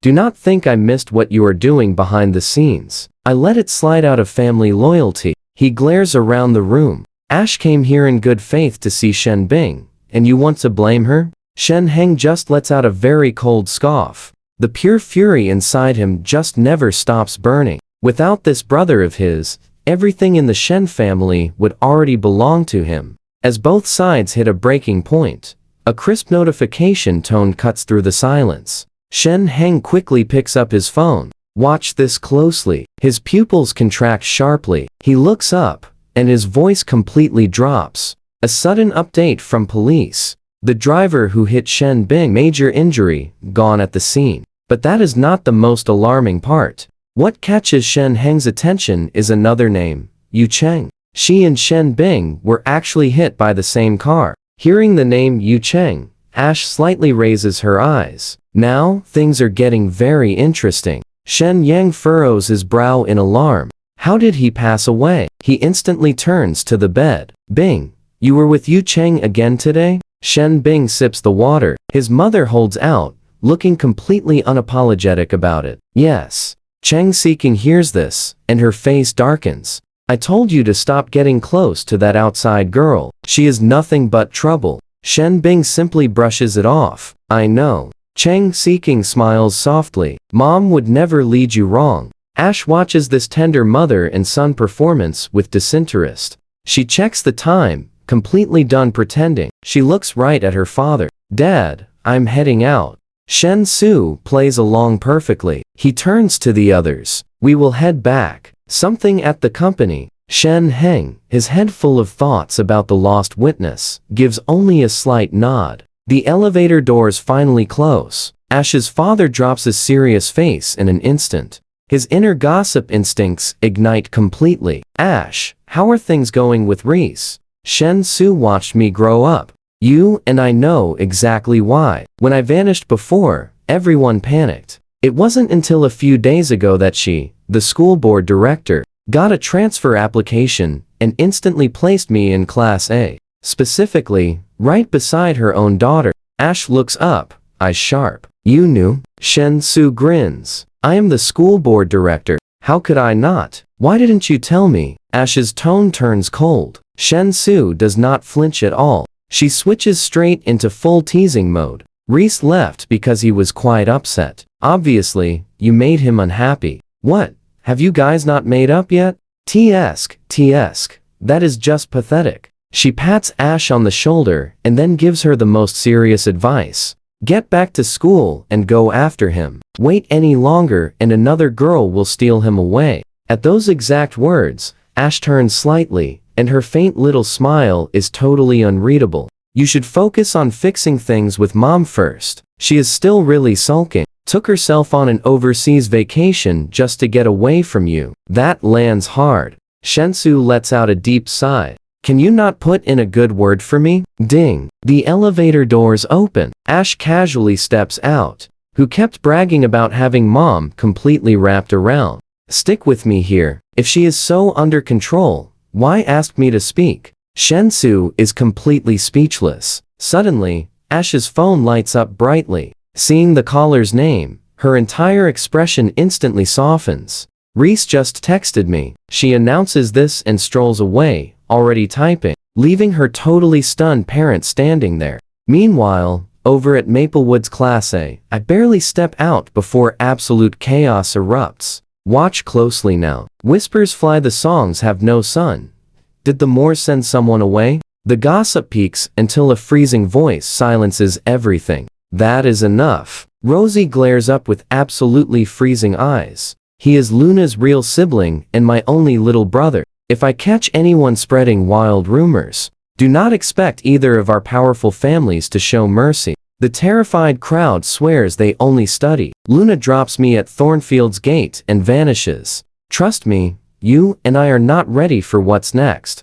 Alright, come along with me. Class A is just starting, and the teacher happily waves me inside. So weird. Dozens of eyes immediately lock onto me. Clueless, I just quietly tiptoe toward my open seat. I reach for the chair, but Ash gets there first, pulling it out for me. I slide right in. She tilts her head, voice dropping to a total whisper. Where did you go? I whisper back. Maplewood, to find Luna. Ash rests her chin on her hand, nodding. Like that makes perfect sense. Up front, the homeroom teacher is practically glowing while holding up a massive stack of graded papers.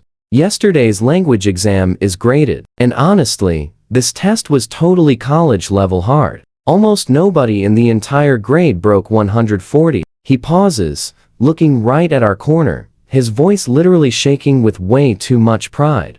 But 2 students in our class scored 146, tying for first place. Everyone barely processes the news before crazy murmurs erupt. Applause starts, people craning their necks everywhere. It has to be Ash. Obviously, her score never drops below 140. Who's the other? Elliot is consistent, but even he's never broken 140. The teacher doesn't drag it out. He grabs the first paper, looking so incredibly proud.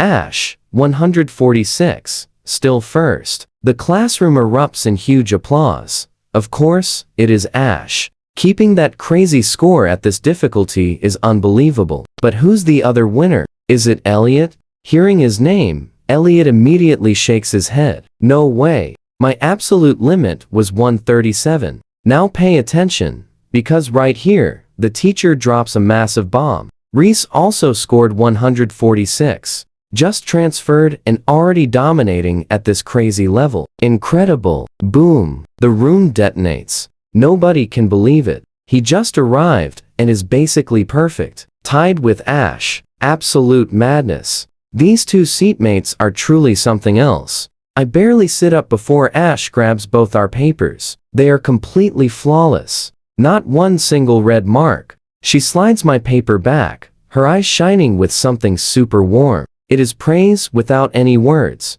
Vera leans back in her chair right behind us. Ash, did you 2 plan this score? Ash ignores her completely. If you actually did more practice problems, you wouldn't be stuck at 130. Practice problems? Vera's eyes go super wide, like she just heard absolute nonsense. I barely have time to play. What practice problems? Watching Ash act like an effortless genius, Vera lets out a frustrated huff. We both play around. How are you so ahead? I got 130. Serena hides a smile, knocking Vera lightly on the head. Relax. Our Vera has a massive fortune to inherit anyway. Up front, the teacher is definitely not done with this legendary seatmate duo. His voice gets even more hyped up, and it is not just the total scores. Their patriotic essays were actually selected as models for the entire grade. Both lost just 2 measly points. Ash reads the teacher's vibe right away.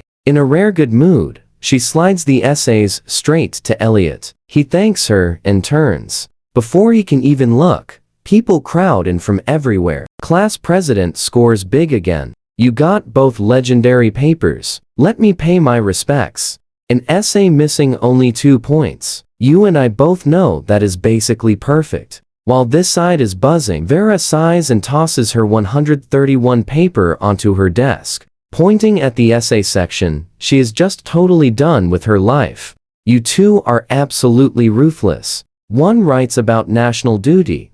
One writes about everyday warmth. And I write about a soccer game and lose points. She shakes her head, sounding so incredibly bitter. If only I paid more attention back then. Serena walks over, glancing at the paper. You didn't fail to learn, you know. You were just too busy copying me. Vera laughs nervously. 3rd grade I wrote about becoming a programmer, protecting network security. and you changed yours to a soccer player protecting the literal order of the soccer field. The teacher read it aloud to everyone. The entire class laughed for half the period. Hey, I was just little, okay? Vera panics, instantly changing the subject right over to me. Your essay mentioned your grandmother. I just remembered visiting her when we were kids. Her red date porridge was so sweet. That memory actually sparks something else. Listening to Vera, my eyes completely light up, and I face Ash. I remember back then Ash had scraped her knee so badly, but she fought through the pain just to give me a fresh date. Then her grandfather totally scolded her for it when she got back home. Ash reaches up, lightly brushing my hair with her hand, voice full of sweet, fond exasperation. Someone kept whining the dates were not sweet enough. I couldn't let you wait for nothing. At those words, my face burns up. Honestly, wouldn't you and I both totally believe those silly rumors at 7 years old about early pick dates being way sweeter? But my grandmother really liked quiet, and the housekeeper was busy. Stick with me here. I was complaining those dates weren't sweet anymore. Ash, who can't stand seeing me upset, climbed that tree completely bare-handed without a single second thought. Serena leans against the desk, casually dropping the final detail, and I was the one finding bandages for Ash right after. Meanwhile, Vera was copying your tears, and Ash chased her across half the courtyard for it. Why is this suddenly about me again? Vera instantly panics, shoving Serena. You have some nerve. Remember swearing you would become a cybersecurity expert to protect our entire nation? The first time touching a computer, you scrambled every single desktop icon completely. Reese actually had to fix it for you. Classic old stories. I cannot help laughing. Serena turned bright tomato red that day, insisting it was just the very first step in cyber disguise. We laughed about that for days. Seeing those two about to argue again, Ash stands up, stepping right between them with two blunt words. Let us eat. All four settle down, finally standing up to leave. Meanwhile, back at the hospital ward, everyone from the Shen family has totally cleared out except Shen Heng's branch. Shen Bing slumps lazily against the headboard, playing his games. His mother, Chang Si King, looks over with genuine concern. Bing, you want anything to eat? Not hungry. Chang Si King turns toward Shen Yun, sitting right nearby. Yun, what about you? He never looks up from his phone. Not hungry either. Right then, Shen Heng finishes a call, entering and walking straight over to Shen Yun. Come back with me. Cheng Zai King is here. Stop wasting time. Study company management. Then she drops her voice, quietly warning Shen Bing. Do not go to that event. Stay far away from those shady friends of yours. They will drag you into deep trouble. Shen Yun nods in complete silence. Fine. Shen Heng takes Shen Yun outside the ward, finding a quiet spot.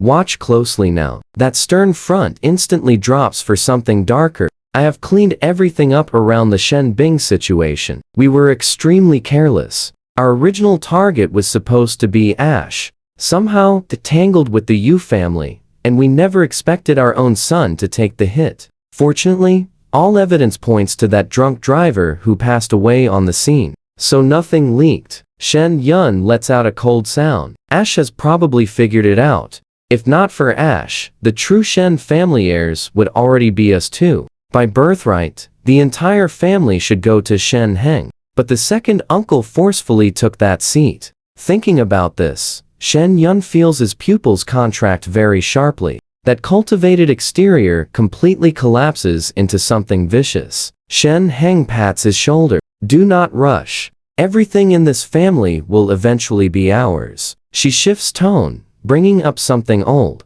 Tomorrow is your mother's memorial. I will take you to visit her. Shen Yun is already used to nodding without words, while those two keep scheming in the shadows. Our group has just stepped right out of the restaurant, and I look up straight into two extremely familiar faces. A girl named Shen Si Kian lets out a soft gasp, quickly tugging at the sleeve of the older woman standing beside her. That woman looks up, meeting Ash's intense gaze head-on. Ash, out eating? Ash's expression stays completely neutral as she coldly glances over both of them.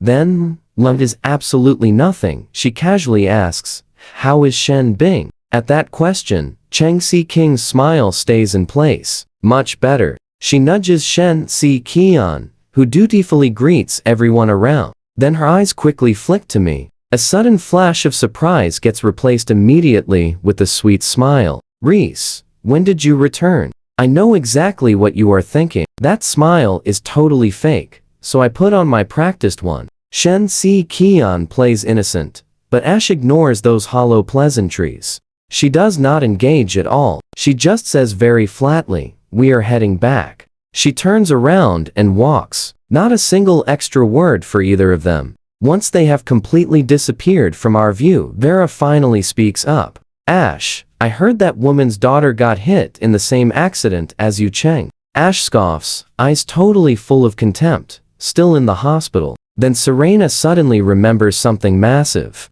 Yu Cheng's mother seriously suspected Ash. Vera is about to push back, but Ash waves a lazy hand. Do not bother. Shen Heng's entire family is pointing fingers at me. Vera explodes immediately, angrily jabbing right in the direction Cheng Shi King just walked off. What right do they have? Shen Bing goes out causing trouble on her own, and when things go wrong, she just dumps it all on you? Absolutely shameless. Serena grabs Vera's arm and speaks in a lowered voice. Thinking it through, Shen Heng is completely cornered. That accident cost him half his deal with the Yu family. He desperately needs someone to take the total fall. At that, a freezing cold smile pulls at my mouth. I do not think this was an accident at all. Who would dare make a move this bold unless it was an inside job?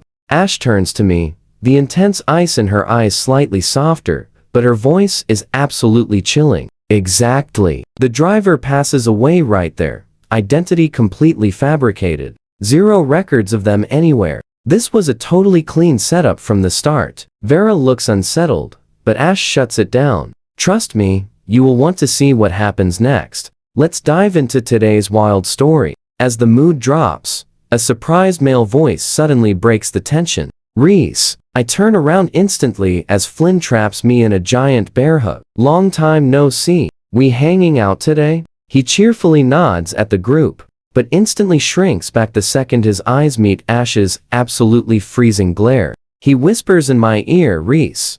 Why is Ash still acting like walking ice? Totally alarming. I pause, glancing over at Ash. The girl who was projecting pure winter just a second ago is now watching me with a total, heart-melting warmth. Even the tiny mole by her eye looks stunning. What is wrong? The crazy contrast almost makes Flynn's eyes pop out. Grabbing my arm, he literally vibrates with pure shock. Look, just look. She treats you totally differently. 5 seconds ago, she looked like I ruined her life. I just blink innocently. Cold? I totally missed that. Flynn just rolls his eyes. Double standards, obviously. Near the gates, students are absolutely losing it, throwing starstruck glances at me. Wait, is that the new campus? King? He looks incredible up close. Totally worth all the money I spent getting him voted top tier. Overnight. The bell perfectly cuts the chaos. Flynn waves goodbye as everyone heads inside for the afternoon free practice. Vera and Serena hit the writing range, while Ash and I head to the studio. The room is totally peaceful, with just a few people around. Watch closely. Here, I am spinning my pencil, totally lost in thought, when someone quietly slides a perfectly prepped paint palette to my side. Without me even noticing, Ash has perfectly mixed every color and prepped the brushes. I blink, totally shocked. You're not painting? Why do you keep staring at me? Ash replies, her voice incredibly soft and gentle. No need. Watching you is enough. I grab a brush, and my fingers accidentally graze right past hers. That sudden warmth makes me freeze. I look up, meeting Ash's gentle, lowered gaze head on. The little teardrop mole catches the light beautifully, and suddenly, her usual icy attitude is completely gone. Two girls nearby are absolutely gasping. Ash actually mixed the paints herself. She literally never touches anything when she comes here. Their shocked whispers easily reach me.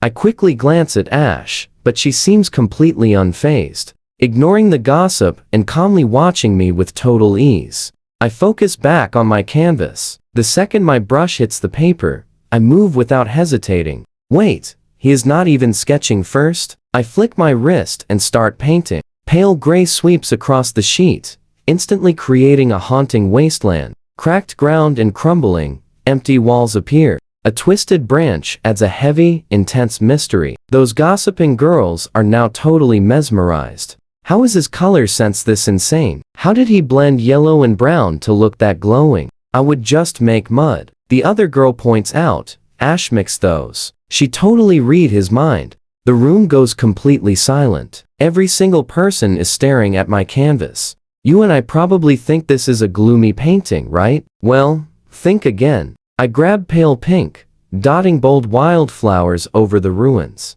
Then I use soft green, bringing tiny, hopeful new shoots right out of the dark, cracked wood. The crowd is completely speechless. That is the new top guy? He matched Ash in academics, and now he casually paints like an absolute master. Ash looks up. Seeing paint on my fingers, she stands up. Go wash your hands. I was just having fun anyway. I agree, and head out. Ash takes a call, walking away. I reach the washroom, but the second I push the door open, absolute drama is unfolding. Why did you touch Serena? Do us all a huge favor and vanish. A harsh voice echoes loudly. 5 guys are surrounding a terrified student. The ringleader is Lang Fang, the same bully from yesterday. The poor kid has a red handprint on his face, crying while trying to defend himself. I tripped by mistake. Lang Fang pushes him. Still arguing? Remember your mom works for my family.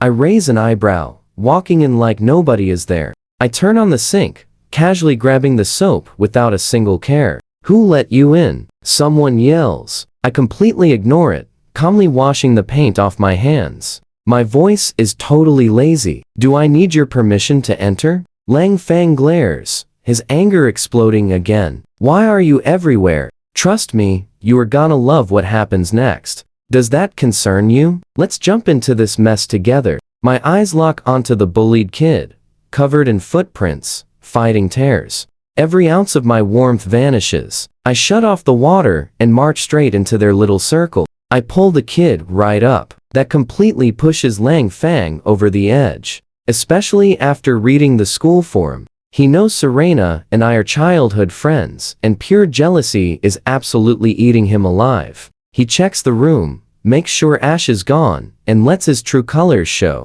Let's see what you do without Ash here to protect you. No cameras in here, either. He shoves the glasses kid away and swings right at my face. 0 cameras around. I watch his hand flying at me, and a freezing smile creeps onto my face. Even better, the words barely leave my lips. My wrist snaps, locking onto Lang Fang, and I squeeze. His face goes totally pale. He screams, "Let me go. You dare touch me." One of his guys yells and lunges from behind. I don't even bother looking back. I just sidestep, flicking my ankle against his. He totally loses his balance and wipes out hard on the cold tile floor. Still not looking back, I calmly brush the dust off the glasses. Boy, but that quiet, heavy power leaking from me? Totally impossible to hide.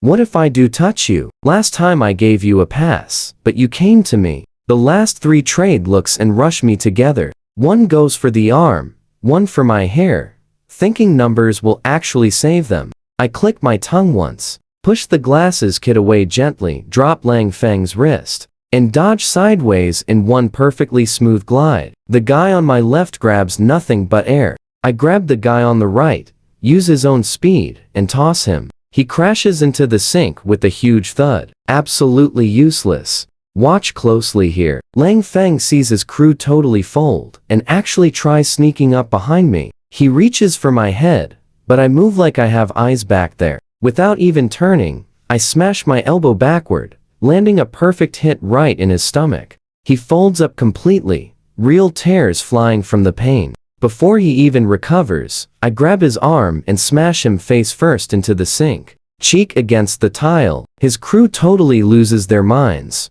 I drop Lang Fang like absolute trash, my voice dripping with pure amusement. Come on, don't hide. It's zero fun when you drop this fast. Then, like a sudden realization, I flash this look of wildly fake guilt and sadness. My bad, I forgot. You have no mom. Nobody around to teach you any manners. I sigh with maximum dramatic sadness, dragging out every single word. How tragic. Lang Feng is trembling with pure rage, clutching his stomach, but he stays perfectly still. His two goons scramble to lift him, staying totally silent. The washroom goes dead quiet.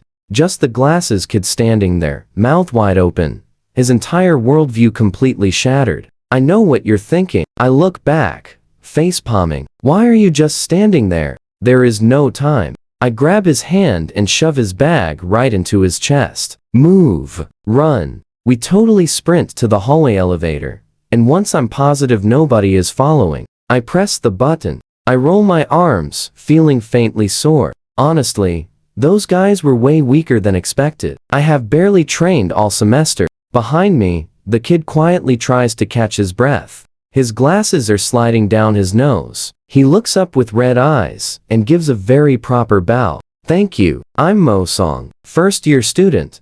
I honestly can't help but laugh out loud. You really don't know who I am? I'm Reese, first year, too. Just a basic intro. But the second he hears first year, Mo Song jumps like he got stung. He instantly ducks his head way down. Then I finally remember. I wasn't laughing at Serena. I really bumped into her by accident. His voice is shaking so badly. The elevator finally opens. We step into the lobby. I'm super confused. I never accused you. Why explain that? And what is the deal with Class A? Mo Song totally stumbles over his words before he finally confesses what actually happened. Turns out he used to be in Class A too. He just sat too close to Serena once, instantly sparking Ling Feng's insane jealousy. Forced to transfer, he has been throwing his exams ever since. Terrified of getting placed back in and becoming a target all over again. I laugh, totally cold. Just because you bumped into Serena, Ling Feng hunted you down. Mo Song is too scared to speak. He just nods. After pausing forever, he reveals the one thing he fears the most. Ling Feng swore, if I go near Serena, my mom gets fired from his house. I completely stop dead in my tracks. I stare at Mo Song. The glare on his glasses hides his eyes, but you can feel exactly how terrified he really is. He's holding it together by a thread, refusing to break down. My mom says it's totally fine. She told me not to fight, but I did nothing wrong. So what do we make of this? Blackmailing a mom? Zero mercy for that. Watch closely. Mo Song totally reminds me of my own crazy academy start. People used to test me back then too. My answer? Tossing my heavy bag right at them. I have always avoided fights to keep my sisters out of trouble. But today? No way am I backing down from this. I just smirk. You did nothing wrong here. Mo Song freezes, instantly lifting his head. Through his glasses, he catches the bright sunlight hitting my dark brown hair. He sees my sharp profile and remarkably, totally unexpected, truly comforting warmth. It is a total 180 from my terrifying vibe moments ago. Mo Song genuinely feels mesmerized by that look. Then I proudly raise my chin. I'm slipping right back into that absolute boss energy. Just relax. I've got your back from here on out. Any trouble? Find me down in Class A, first year division. He just stares, his eyes welling up again. Figuring he is scared of being a burden, I let out a totally unapologetic laugh. Honestly, I absolutely hate just staying on the sidelines. That one single sentence completely shatters him. Tears pour down his face, leaving a damp spot right on my sleeve. I skip the whole motivational speech and keep it real. I know what you are thinking. Why is he crying harder? I hand him some tissues, completely caught off guard by his dramatic reaction. Now I'm actually low-key panicking. My brain quickly scrambles for some kind of answer. Should I tell my eldest sister about this? I literally start reaching for my phone, but he quickly wipes his face between sobs. Grabbing my hand with totally shaking fingers, he barely pushes the heavy words out. Thank you so much. I just needed to cry it out. His cheeks flush red as he finally calms down. Reese, I am fine. I am about to say something else when my phone suddenly rings. I check the screen and answer it instantly. Ash. The moment I hear her, my voice softens entirely. Yeah, I am on my way now. Something bad happened to Serena at the range. With zero time to waste, I hold up my phone. Quickly drop me your number, but his face totally falls, his voice dropping to a whisper. I have no phone. Seriously? No phone? An academy kid without a smart device in 2024? Before my brain can even fully process that wild fact, he looks up with fierce determination. I will be able to buy one after my weekend tutoring shifts finally wrap up. I nod firmly. No time for questions. I gotta run. Head home safely now. And seriously, remember, if anything happens, come find me in Class A. I flash him one last smile and sprint off, leaving him standing there totally stunned. On the far side of the massive campus, I am absolutely booking it, tracking the map perfectly. Moments later, I sharply turn the corner into the range. And the exact second I do, a brutal crash of impact and chaotic yelling smashes into my ears. My absolute worst nightmare is unfolding right in front of my eyes. Serena is slumped hard against a target, visibly bruised at the corner of her mouth. Beside her, two random thugs have Vera forcefully pinned straight into the dirt. One guy raises a fist. Vera fights back with everything, screaming out, "You have no clue who we are. Do you seriously want your life ruined?" The bald leader just laughs coldly, violently grinding his heavy boot right into Vera. Boom! Ash totally sweeps the bald guy off his feet, yanking Vera up in one perfectly smooth motion. Stay back. Instantly, a massive group of thugs rushes forward, completely surrounding Ash. Now pay attention here. Watch as the terrified academy students physically shake, desperately scrambling to pull their phones out. Targeting Serena and Vera? Are they completely crazy? I dial security right away. Then I quickly hit emergency. Staying smart, I do not just rush in recklessly. Instead, I use the distraction to quietly pull Serena to absolute safety. Ash locks eyes with me for just a split second. Instantly, an attacker violently lunges forward with a fiercely snapped weapon. But Ash does not even look back. Her wrist snaps up, locking onto the attacker, knuckles totally white with pure force, making him groan in agony. With just one slight twist, the weapon drops. Flipping his own momentum against him, she violently sends him crashing into the back rows. Pathetic. Absolutely furious at being humiliated by a student, the bald leader completely loses it. Roaring at his crew, "What are you doing? Attack her right now." Vera clutches her aching side, getting ready to join the fight, but Serena firmly pulls her back. "Just do not." Wiping the dirt away, her voice sounds freezing cold. "We will only end up distracting Ash." I force myself to stay perfectly calm, knowing I am totally outmatched here. Suddenly, a massively broad guy in a black shirt completely flanks her, driving a brutally heavy punch right at the left side of Ash's head. My pupils instantly snap wide. I instinctively cry out before I can even stop myself. "Ash, watch your left." But she moves like she already knew it. Her left foot slides back slightly. Dodging smoothly, the hit completely misses. Instantly, her elbow smashes right into his ribs with insane power. He immediately doubles over, his face going totally pale, giving him absolutely zero breathing room.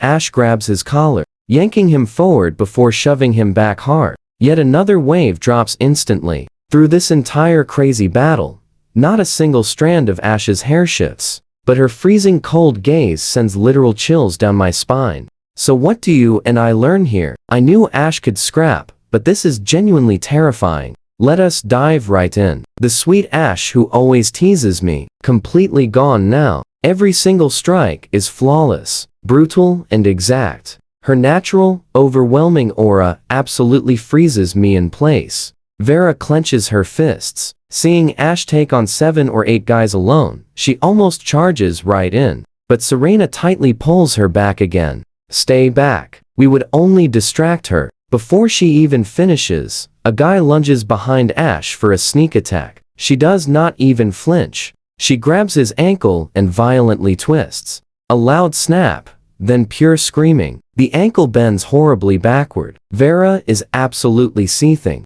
I cannot just watch Ash fight alone. My face stays totally flat. Just hold on. The security guards are almost here. But right as I say that, my eyes catch the field edge. Broken training blades scattered everywhere. Near the stables, heavy metal bridles hang on the wall. A crazy plan clicks. Nobody move. Now watch this closely. While they are totally distracted, I grab a bridle. But suddenly, the bald leader clutches his stomach, eyes practically glowing. He scans the area and spots 2 loaded recurve bows sitting in the corner. He wildly lunges for one. The arrow aims straight for Vera. Freeze. One move. And this goes right through her. Serena's face turns into stone. Without blinking, she blocks Vera and stares right into the bald guy's eyes. Go ahead, I dare you to try. Why wouldn't I? His hands are visibly shaking, but he pulls the bowstring all the way back. Right at that split second, I swing the bridle with all my strength. It wraps his ankle tight.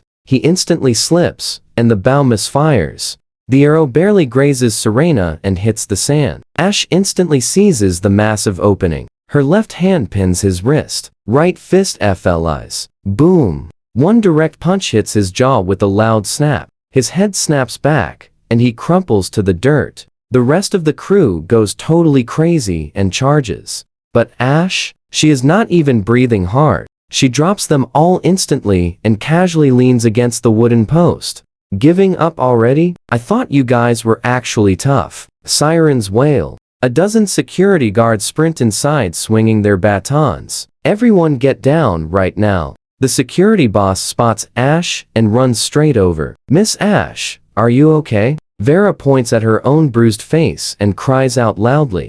I'm definitely not okay. But Ash just steps forward, her voice totally calm. They attacked first. It is all on camera. Do not worry, Miss Ash. We are arresting them. As the bald boss gets dragged away, he just will not quit. He turns back, glaring right at Serena. But Serena completely ignores the guy. She just calmly walks over and pats Ash on the shoulder. Ash stretches her wrist, but she notices my slightly red hand. She frowns hard. Why did you not step back? I pout just a little. I was worried you would get hurt. Her fierce expression instantly softens. Take care of yourself first. Vera limps over, groaning and rubbing her side. My face, my back. What if my beauty is permanently ruined here? I look at her. Let us hit the infirmary. Inside, the school nurse is practically too terrified to even breathe. I know you are wondering the same thing I did. After washing up, I finally ask, why target you? Vera sits up, still totally furious. That bald guy challenged Serena to a sword duel. He lost, then started attacking for real. Serena stays totally silent, letting the scared nurse work. Suddenly, Ash gently takes my hand, softly rubbing the red marks. I freeze up, then blurt out, was it the Leng family? The room goes dead silent. Ash stops moving and looks up. I quickly explain what Leng Feng did earlier. Serena freezes, eyes turning to ice. He actually dared? Vera angrily slams the table. If he did this, I will make him pay dearly. He actually sent thugs after my precious Serena. But then Vera remembers one critical detail. Those thugs were pulling their punches at first. They were even whispering. Nobody said this girl was so fragile. If she gets hurt, do we still get paid? They were actually packing up to leave. Me charging in caused the whole fight. But Ash does not jump to conclusions. She quietly massages my hand. I will have someone investigate their background. Before she even finishes, my phone rings. An urgent voice speaks up. Young master, they claim they are just tourists. Tourists? Yeah, right. Ash's eyes turn ice cold. Wait a few minutes. She makes her own calls. Less than 10 minutes later, a message pops up. I read it out loud. So what do you and I make of this? Fake identities. But the cash points straight to the Yu family. Alright, let's dive in. Boom. Vera shoots up. Her family? Serena chokes on her water, and Vera frantically starts explaining. Serena, please don't look at me like that. I swear it wasn't us. But I just let a freezing smile form, quietly replying. The Yu family isn't only you. Vera catches on instantly. Besides her and her dad, There is Yu Chang and the stepmom. Vera shakes her head fast. Nope, definitely not the stepmom. She simply does not have that kind of power, leaving just one suspect. Suddenly, my phone lights up again. I look up. 2 words. Yu Chang. I totally knew it. Vera slams her fist straight into the betrayal. She gets hit by a car, yet she is still scheming. And she actually dares to target Serena. Ash's eyes turn absolute ice as she cuts to the chase. Yu Chang holds 0 real power in her family. So how does she suddenly access a shell company account? Vera growls through clenched teeth. My dad probably gave her some minor companies to practice managing. And honestly, the more she explains, the absolutely angrier she gets.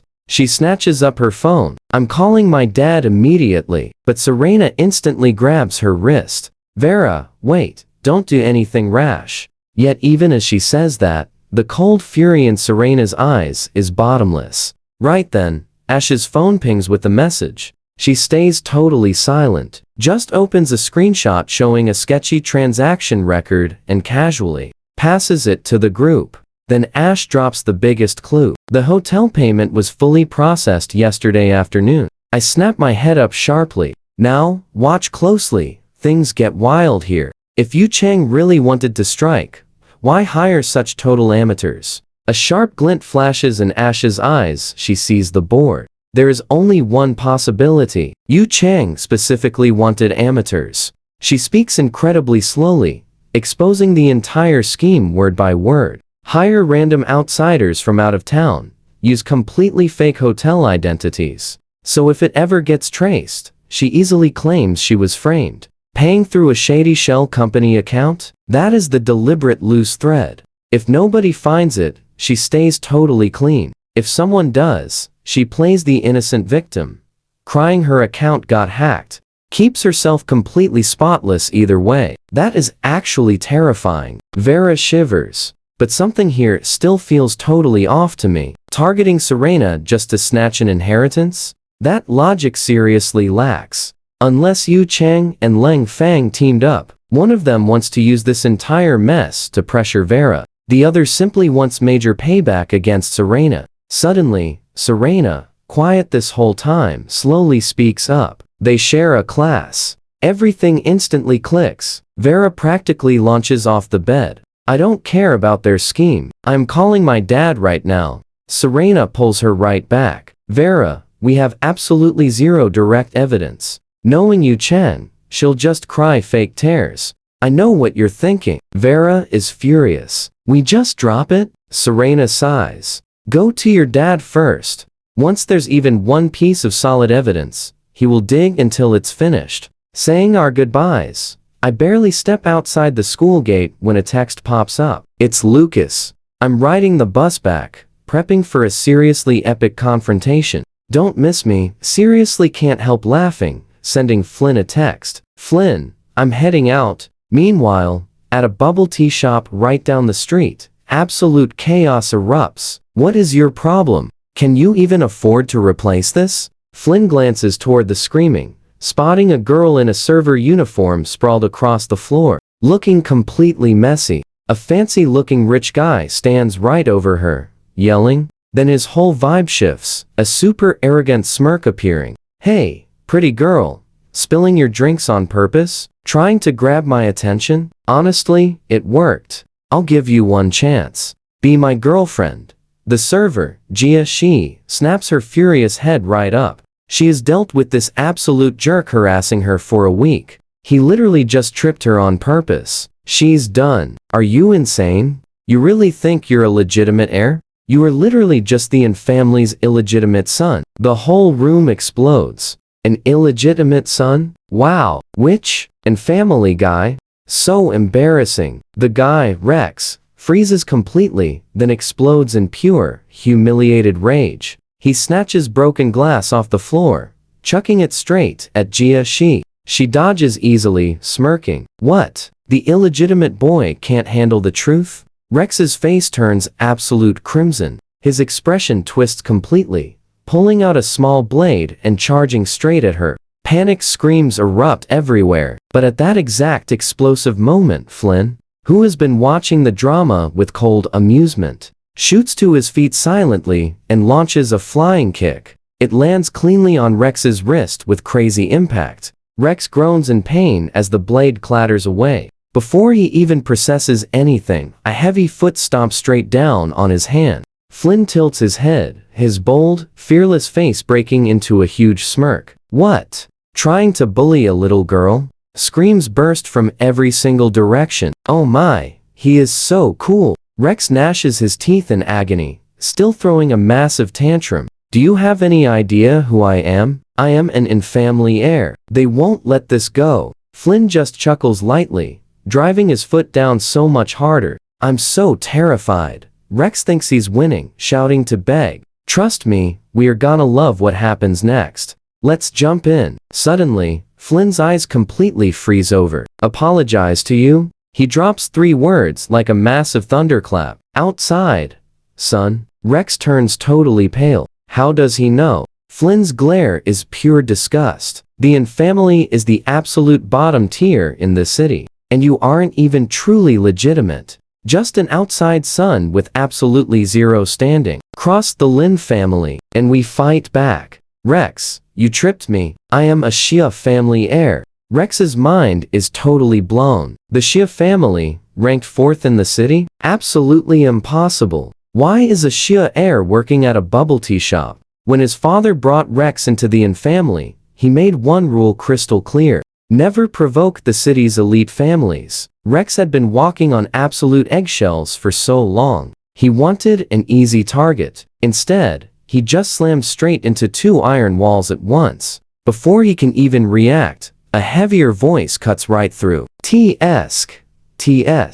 The infamily's outside son is making a huge scene. A figure steps out of the crowd, looking purely disgusted. Rex looks up, and all color totally drains from his face. He basically goes limp on the spot. "It's Vera, the Yu family's eldest daughter." Gasps ripple through the crowd. "That's Vera. And isn't that Serena beside her?" Around the corner, on a sofa, a young guy is lounging loosely, a straw in his mouth, ice blue eyes catching the light.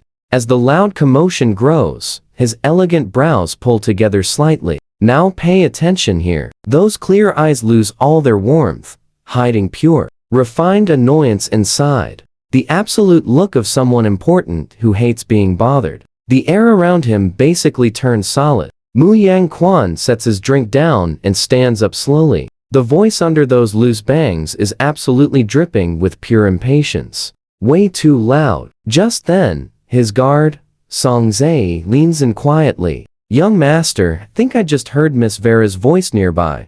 You stay here. Let me go check." Mu Yang Quan grabs his earbuds back. A spark of amusement flashes in his eyes. The Yu family heir. He settles back down, his face returning to that detached coolness. "You two go take a look." Both guards instantly vanish right into the busy crowd. Meanwhile, the shop manager finally runs in, cold sweat, completely soaking his forehead. He steps right inside, and instantly sees Vera and Serena standing there. His knees completely give out. "Miss Vera, Miss Serena, this is entirely my own failure as manager. I'll remove this guy immediately." Vera has fresh bandages on her face. Her beautiful features look incredibly irritated. She glares at Rex with pure, absolute disgust. "Get him out." Rex, already super pale, can't even get a single word out. Flynn just smiles. It's a sly, disarming look. "Why not get on your knees and apologize to the young lady first?"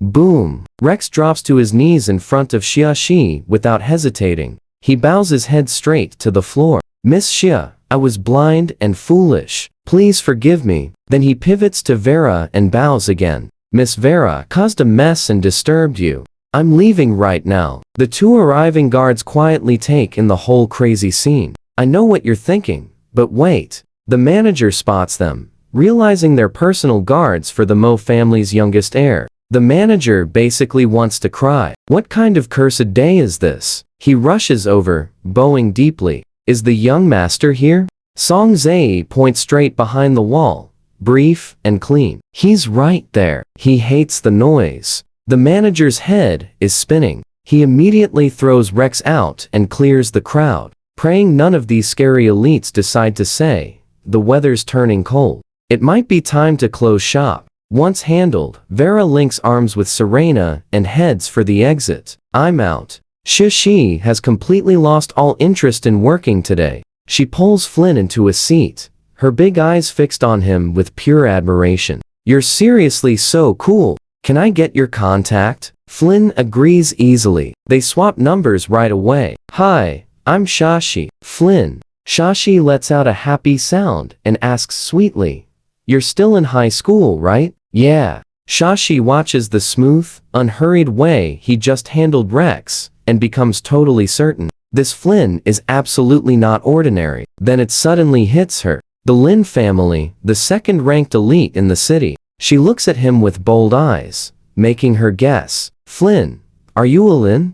Flynn raises his eyebrows, completely caught off guard. She figured his secret out that fast. He presses his lips into a smile and admits it totally openly. "Smart girl." Shashi's bright eyes light up. "I knew it. The way you carry yourself is exactly how a top heir should feel. Do you go to Maplewood?" Flynn simply nods. Shashi instantly becomes his absolute biggest fan. "Flynn, you were so heroic just now." Flynn casually waves it off. "Easy, that kind of guy only bullies people who can't fight back." But Shashi shakes her head. "Seriously, when he pulled that weapon, I froze. You could have been hurt. You saved me, Flynn." He smiles, secretly sighing. "That's where we leave it. Let's dive into this wild romance." After chatting for just a few minutes, Flynn finally catches my message, immediately standing up to say goodbye. "I gotta run, Shashi. Dinner is on me next time."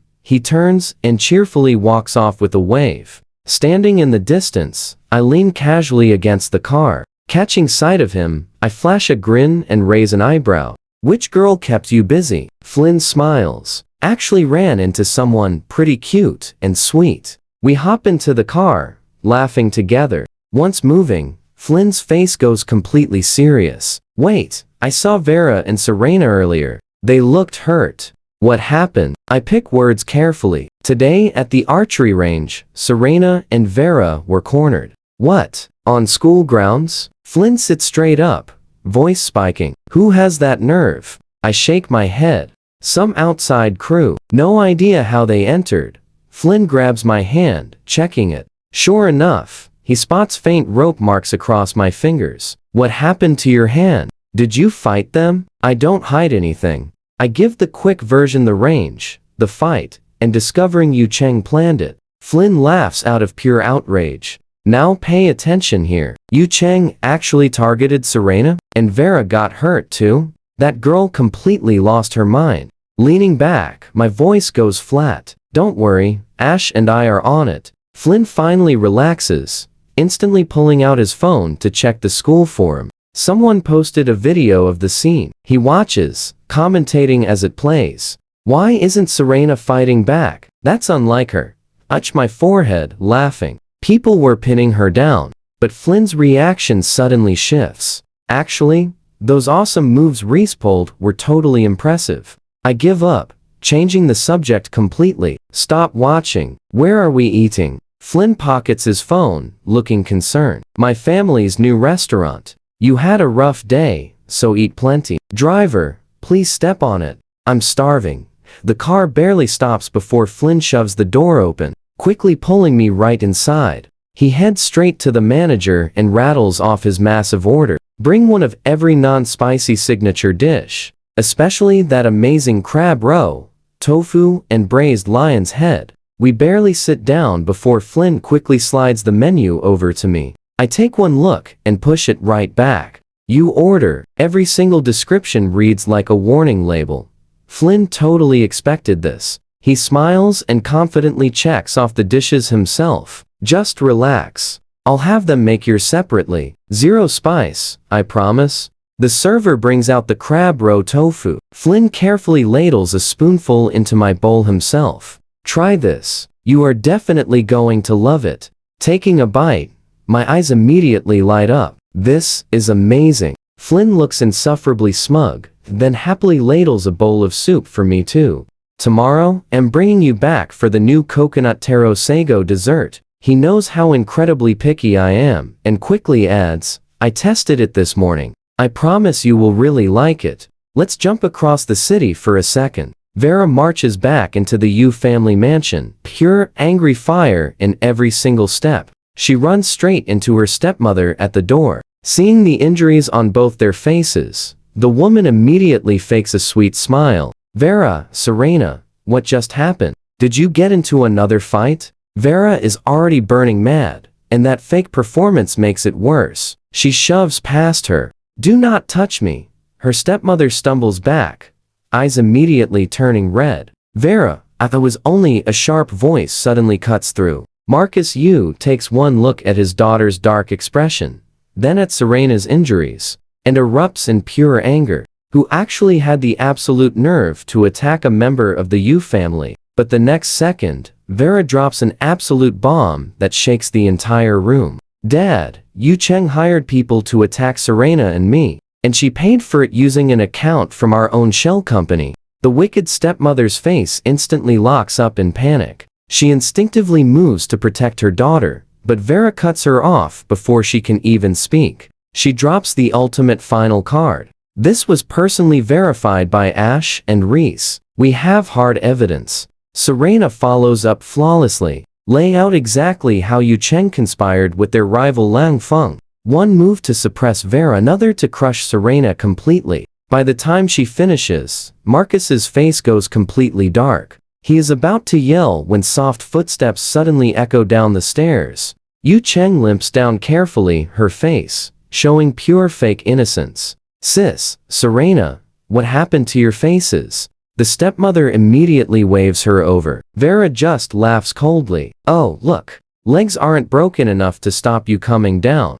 Still had time to hire people to deal with us? Yu Cheng's grip on her crutch suddenly tightens in pure panic. She is absolutely furious, but cannot say a word. She settles for looking incredibly pitiful instead. Vera doesn't buy it for a single second. She shoots to her feet, pointing straight at her. Stop the act. Were those goons at the range yours? The stepmother holds her composure on the surface, but something cold drops through her chest, watching the absolute guilt written all over her daughter's face. Trust me, you're going to want to see what happens next. Marcus is certain Yu Cheng did it. Completely shocked his daughter would go this dangerously far to attack the Gu family. Yu Cheng finally hits full panic mode, stepping backward as she stammers. She insists she is innocent, claiming her assistant held that shell company account forever and it was obviously just hacked by somebody. You and I both caught that slip up, right? She basically just dropped a massive confession while trying to play the innocent victim here. Vera lunges forward to strike, but Serena blocks her path immediately, her eyes looking as cold as crushed ice. Serena calmly points out they never actually mentioned which exact company account was used. So how did she already know all those details? Oh, and it gets better. Serena steps closer, completely shattering her fake act. The room was booked yesterday afternoon while she was just lounging around doing nothing. Plus, those mysterious guys came from totally out of town. Who else would specifically hire an outside crew? Yu Cheng starts looking incredibly nervous. She wildly claims she was visiting Shen Bing at the hospital, but Marcus isn't buying it. He stares her down for a very long moment, having already figured out the whole truth. He grabs his phone and barks a super strict order to his assistant. He demands Yu Cheng's afternoon movements and the full company transaction history in 30 minutes flat. Then he glares right at her. He warns her that if this traces back, she is getting kicked out of the family forever. Yu Cheng turns ghost white, absolutely frozen in pure shock. Vera lets out a giant scoff of disgust and drags Serena down onto the sofa. Now watch this next part with me. The tension in that room is totally suffocating until 30 minutes later, his phone rings. His assistant speaks loud and clear through the total silence, confirming they have the whole story. The network address used for the shady transfer belongs to Yu Cheng's room. Plus, she called an unknown number 3 times back then. Probably the middleman. Yu Cheng completely drops her crutch, and it loudly smacks the hard floor. She turns totally pale, with trembling lips. Her fake innocent act shatters, and she randomly starts screaming. She cries that someone forced and threatened her into making that transfer. Marcus yells enough. Marcus slams his hand down on the coffee table. The room freezes. The proof is literally right there. Yet she is still arguing. His chest rises with pure fury, shaking as he points at her. He put her there to learn, not to use company money to hire goons to target her very own sisters, closest friends. Her stepmother tries to rush over to help, but one single terrifying look from Marcus makes her stop. He fiercely tells her to stay quiet, blaming her for raising the girl with zero boundaries. He says she is completely guilty too. Suddenly, a wild blur of motion happens, and Vera lands a massive punch right on the side of her face. Since her leg is already injured, the crazy impact sends her stumbling backward into the table. She crashes down hard, screaming, with her hands covering her injured face. Her stepmother shrieks and runs over. Vera is definitely not finished yet, but Serena grabs her arm tight and pulls her back, saying stop. Serena sounds super cold, but extremely satisfied. She manages to calm Vera down,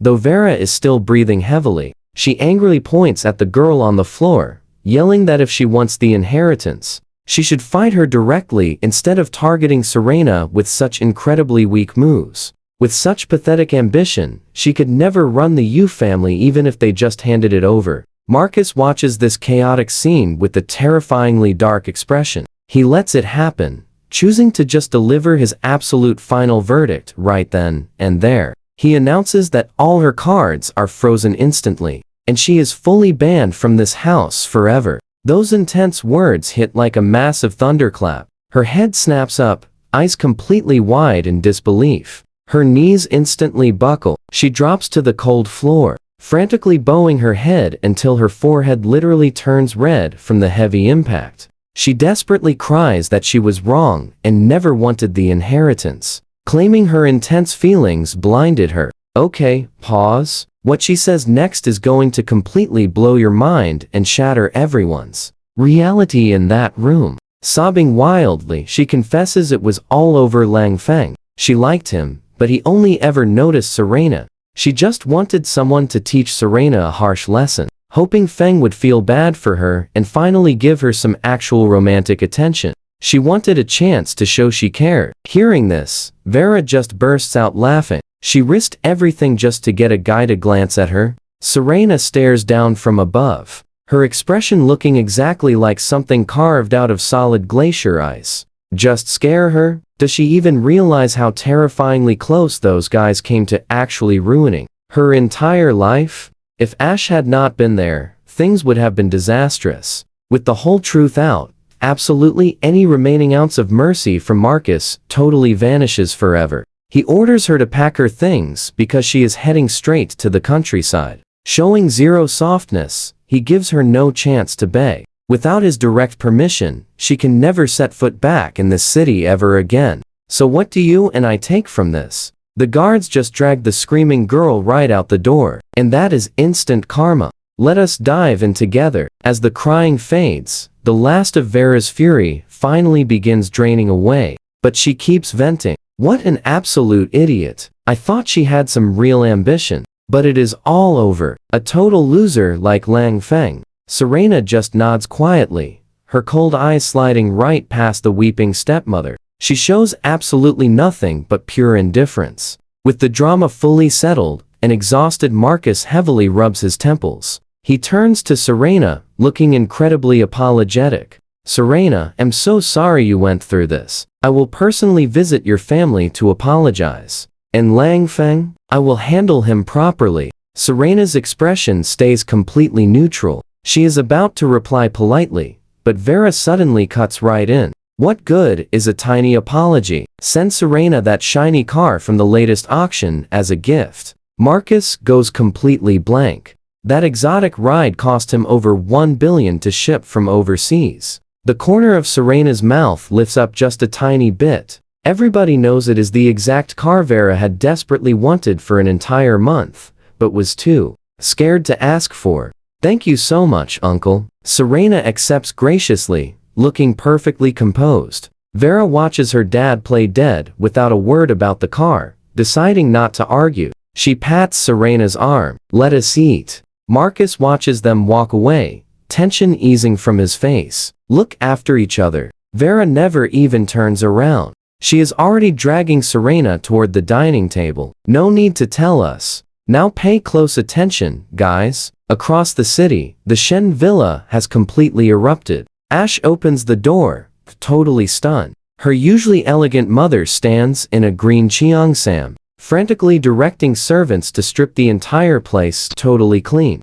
Move faster. Take that vase. That ornament too. Take absolutely all of it and pack it in. 5 massive suitcases stand right in the living room like a huge barricade, stuffed completely full. The display shelves are totally bare. Ash surveys the absolute mess, her eyebrow twitching. Are we moving? Her mother lights up brightly. Ash, perfect timing. Come see the vase Mom brought from France. Ash raises one eyebrow. So, you two made up? You had a Cold War last month, but now, you are packing together? Her dad looks a little embarrassed, but her excited mother just seems super warm and incredibly flushed. Making up or not, that is simply the seasoning of a marriage. We are going on a delayed honeymoon. 2 whole months. Before Ash can even process this, her mother rushes over and affectionately fixes her collar. Ash, for 2 months, the house and company are yours. Ash is speechless. The company? That is the Shen Group. Real estate, tech, luxury goods. Thousands of top executives alone. I am 15. She tries appealing to their conscience. 15, going on 16. Her father waves his hand, completely unapologetic. When I was your age, I was already sitting in meetings with your grandfather. Besides, the vice presidents will hold things together. You just approve decisions. Her mother drops the legendary line. Think of it as practice. As long as you do not sell the company, Mom can cover whatever happens. Ash gives a dry laugh, totally out of valid arguments. Crazy, right? They are basically handing her a trillion-yuan conglomerate as a toy. Heading upstairs for peace, her wrist suddenly gets grabbed. I heard Reese is back. Her mother's gossip instincts totally ignite, eyes glittering with mischief. He is your seatmate? Tell Mom everything. How did you two make up? Ash pauses, attempting to deflect. Her mother sees right through it, poking her back. Running away? I am not going to eat you. Do not even think about telling me you are going off to study. You finished university level problems back in middle school. That excuse dies instantly. Ash keeps walking, spine perfectly straight. Leave her alone. Her father clicks the last suitcase shut, casually adding his own knife. Reese is back, and you sit right next to him. Strike now and bring him home. Her mother nods frantically. Exactly. Reese is incredibly popular. Do not fall behind. Do not let another girl get there first. Ash never looks back, her voice flat and clear. Forcing someone home does not align with Shen family values. Then from behind, her father loudly scoffs. Shen family values? When chasing your mom snuck out every antique your grandpa hid, using them as offerings. Ash stops dead, then continues to her room. She just finishes showering when her phone buzzes hard on the desk. The bright screen suddenly lights up. A pinned chat jumps with a sun sticker, avatar bouncing rapidly. Ash, get on. My sister just released her new game's beta version. I will carry you. Ash towels her wet hair with one hand, mouth curving into a smile. She types back, coming. Next morning, Thornfield High. Stick with me, because a sharp sound suddenly pierces the second floor. At the stairwell, that jerk Lang Feng and 2 followers have a slight figure cornered really hard against the wall. Stick with me here. Mo Song is clutching that old bag tightly, looking totally pale and trembling everywhere. Before I can even catch what Lang Feng is saying, he shoves Mo Song hard right into the wall. A loud thud echoes. I just click my tongue. A chilly vibe fills my eyes as I casually stroll right over. Hey there. Lang Feng turns purely on instinct, sees me, and goes completely pale. Why are you always everywhere? His 2 lackeys instantly remember exactly what happened yesterday, and both immediately take a nervous step back. I point right down toward Class A with a super playful smile, probably because I happen to share Serena's class. Or maybe I am just linked to the school board. Lang Feng turns completely red. He just learned last night that Thornfield's top 5 ranks got completely reshuffled, and he was the only guy pushed right out. The person who took his spot is standing right here. Old drama and fresh anger mixed together. Lang Feng suddenly charges right forward. I easily dodge sideways half a step, pulling Mo Song safely behind me. Lang Feng completely misses. He stumbles and almost trips over completely. He turns around, looking absolutely furious. You dare dodge? Why would I not? I tap the railing gently, my voice super calm. What? You really want to cause huge drama right here in front of everyone? Now, pay attention. This is where it gets interesting. Let everyone see your true colors. That chills him completely. He knows breaking school rules is a huge mistake. If this blows up, the academy stepping in is just too risky for him. But losing his top spot stings way too much to ignore. He settles for glaring intensely at Mo Song. My issue with her has absolutely nothing to do with you. It actually does now. I check Mo Song's scared face right behind me, then stare back with an intensely serious and chilly look. Leave right this second, or I grab Ash. Lang Feng's expression cycles through pure panic. His buddy quickly grabs his arm. Feng, let it go. If Ash gets involved, just stop. Lang Feng shakes him off aggressively, but he refuses to step any closer.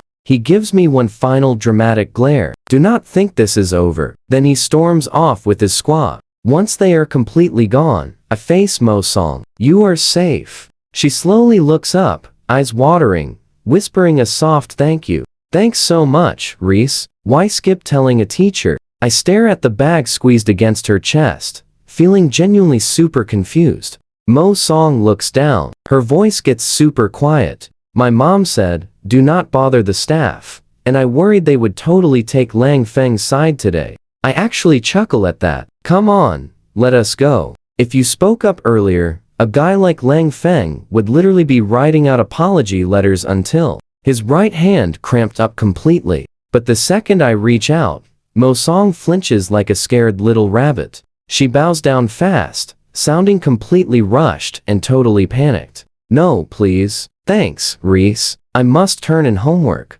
She does not even finish explaining before she hugs her bag and just sprints away. My hand just freezes midair. I let out a helpless sigh. This girl is unbelievably shy. What is she even running from? I just let it go and walk back to class. Inside, Ash sits at the window, staring intently at her phone screen. I know what you are thinking. I walk over, taking my seat. Ash looks up, scanning me closely. You look a little off today. Do I? I touch my cheek casually. It is nothing. Just watched a totally ridiculous scene of someone bullying the weak. Bullying the weak? Ash stops typing, her eyes immediately going sharp as she stares. Did someone try targeting you? Ash skips the extra questions and taps her screen twice. I totally get it, grabbing my own phone to check. All of last night's texts remain unread. I make a slightly guilty noise and quickly explain. I crashed hard and missed them. Ash rests her chin down,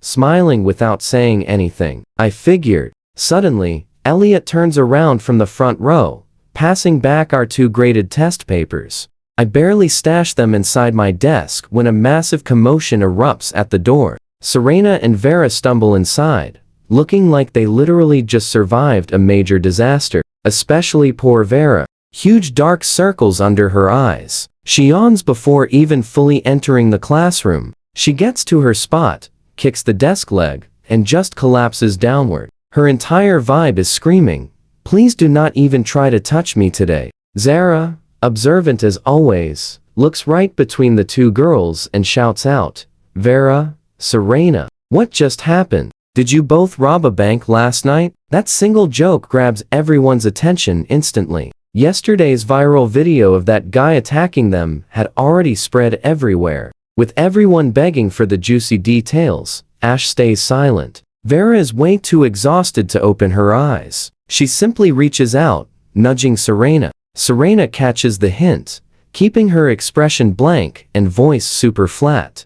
We wrecked a whole household. The entire classroom goes absolutely quiet. Wrecked a household? Ash tilts her head toward Vera. Vera slumps down heavily, rubbing her temples while spiraling into a long string of dramatic complaints. Do not ask. My dad kept Serena and me awake discussing everything until 4 in the morning. You and I just heard the golden word, apologizing to the Gu family, then ranting about Yu Cheng. My ears perk right up. Resolved. Stick with me here, because Vera completely agrees with my theory. She gives me this proud look and says, I called it perfectly. It was totally Lang Fang. Hearing the whole story, Ash delivers her hilarious verdict. That guy is running on 0 brain cells. I nod, amazed by his genuinely impressive levels of absolute stupidity. Completely empty upstairs, yet he still picks the absolute worst ideas. Only he would actually hire guys to go mess with Serena. The warning bell barely finishes ringing when another huge commotion hits the door. Now watch this. Lang Fang is standing there, glaring right at Serena. His voice sounds super urgent, begging her to step outside. Everyone in Class A immediately rolls their eyes. Him again? Seriously? Serena is totally drained from pure exhaustion and does not even look up. Her voice instantly drops below freezing. Anything you have to say can wait until later. Lang Fang turns bright red and steps forward, completely unwilling to let this go. He insists it is important and needs 2 minutes. This time, Serena does not even blink. No need. Those 2 words are an absolute knockout blow, and Lang Fang completely shatters. He turns super pale and starts raging right at the door. Serena, did somebody say something? Is that why you actually blocked me? And she hit me yesterday. Honestly, almost laugh out loud. So he got blocked. No wonder he is throwing a tantrum. But trust me, if he wants a show, I will give him an epic audience worth performing. 4.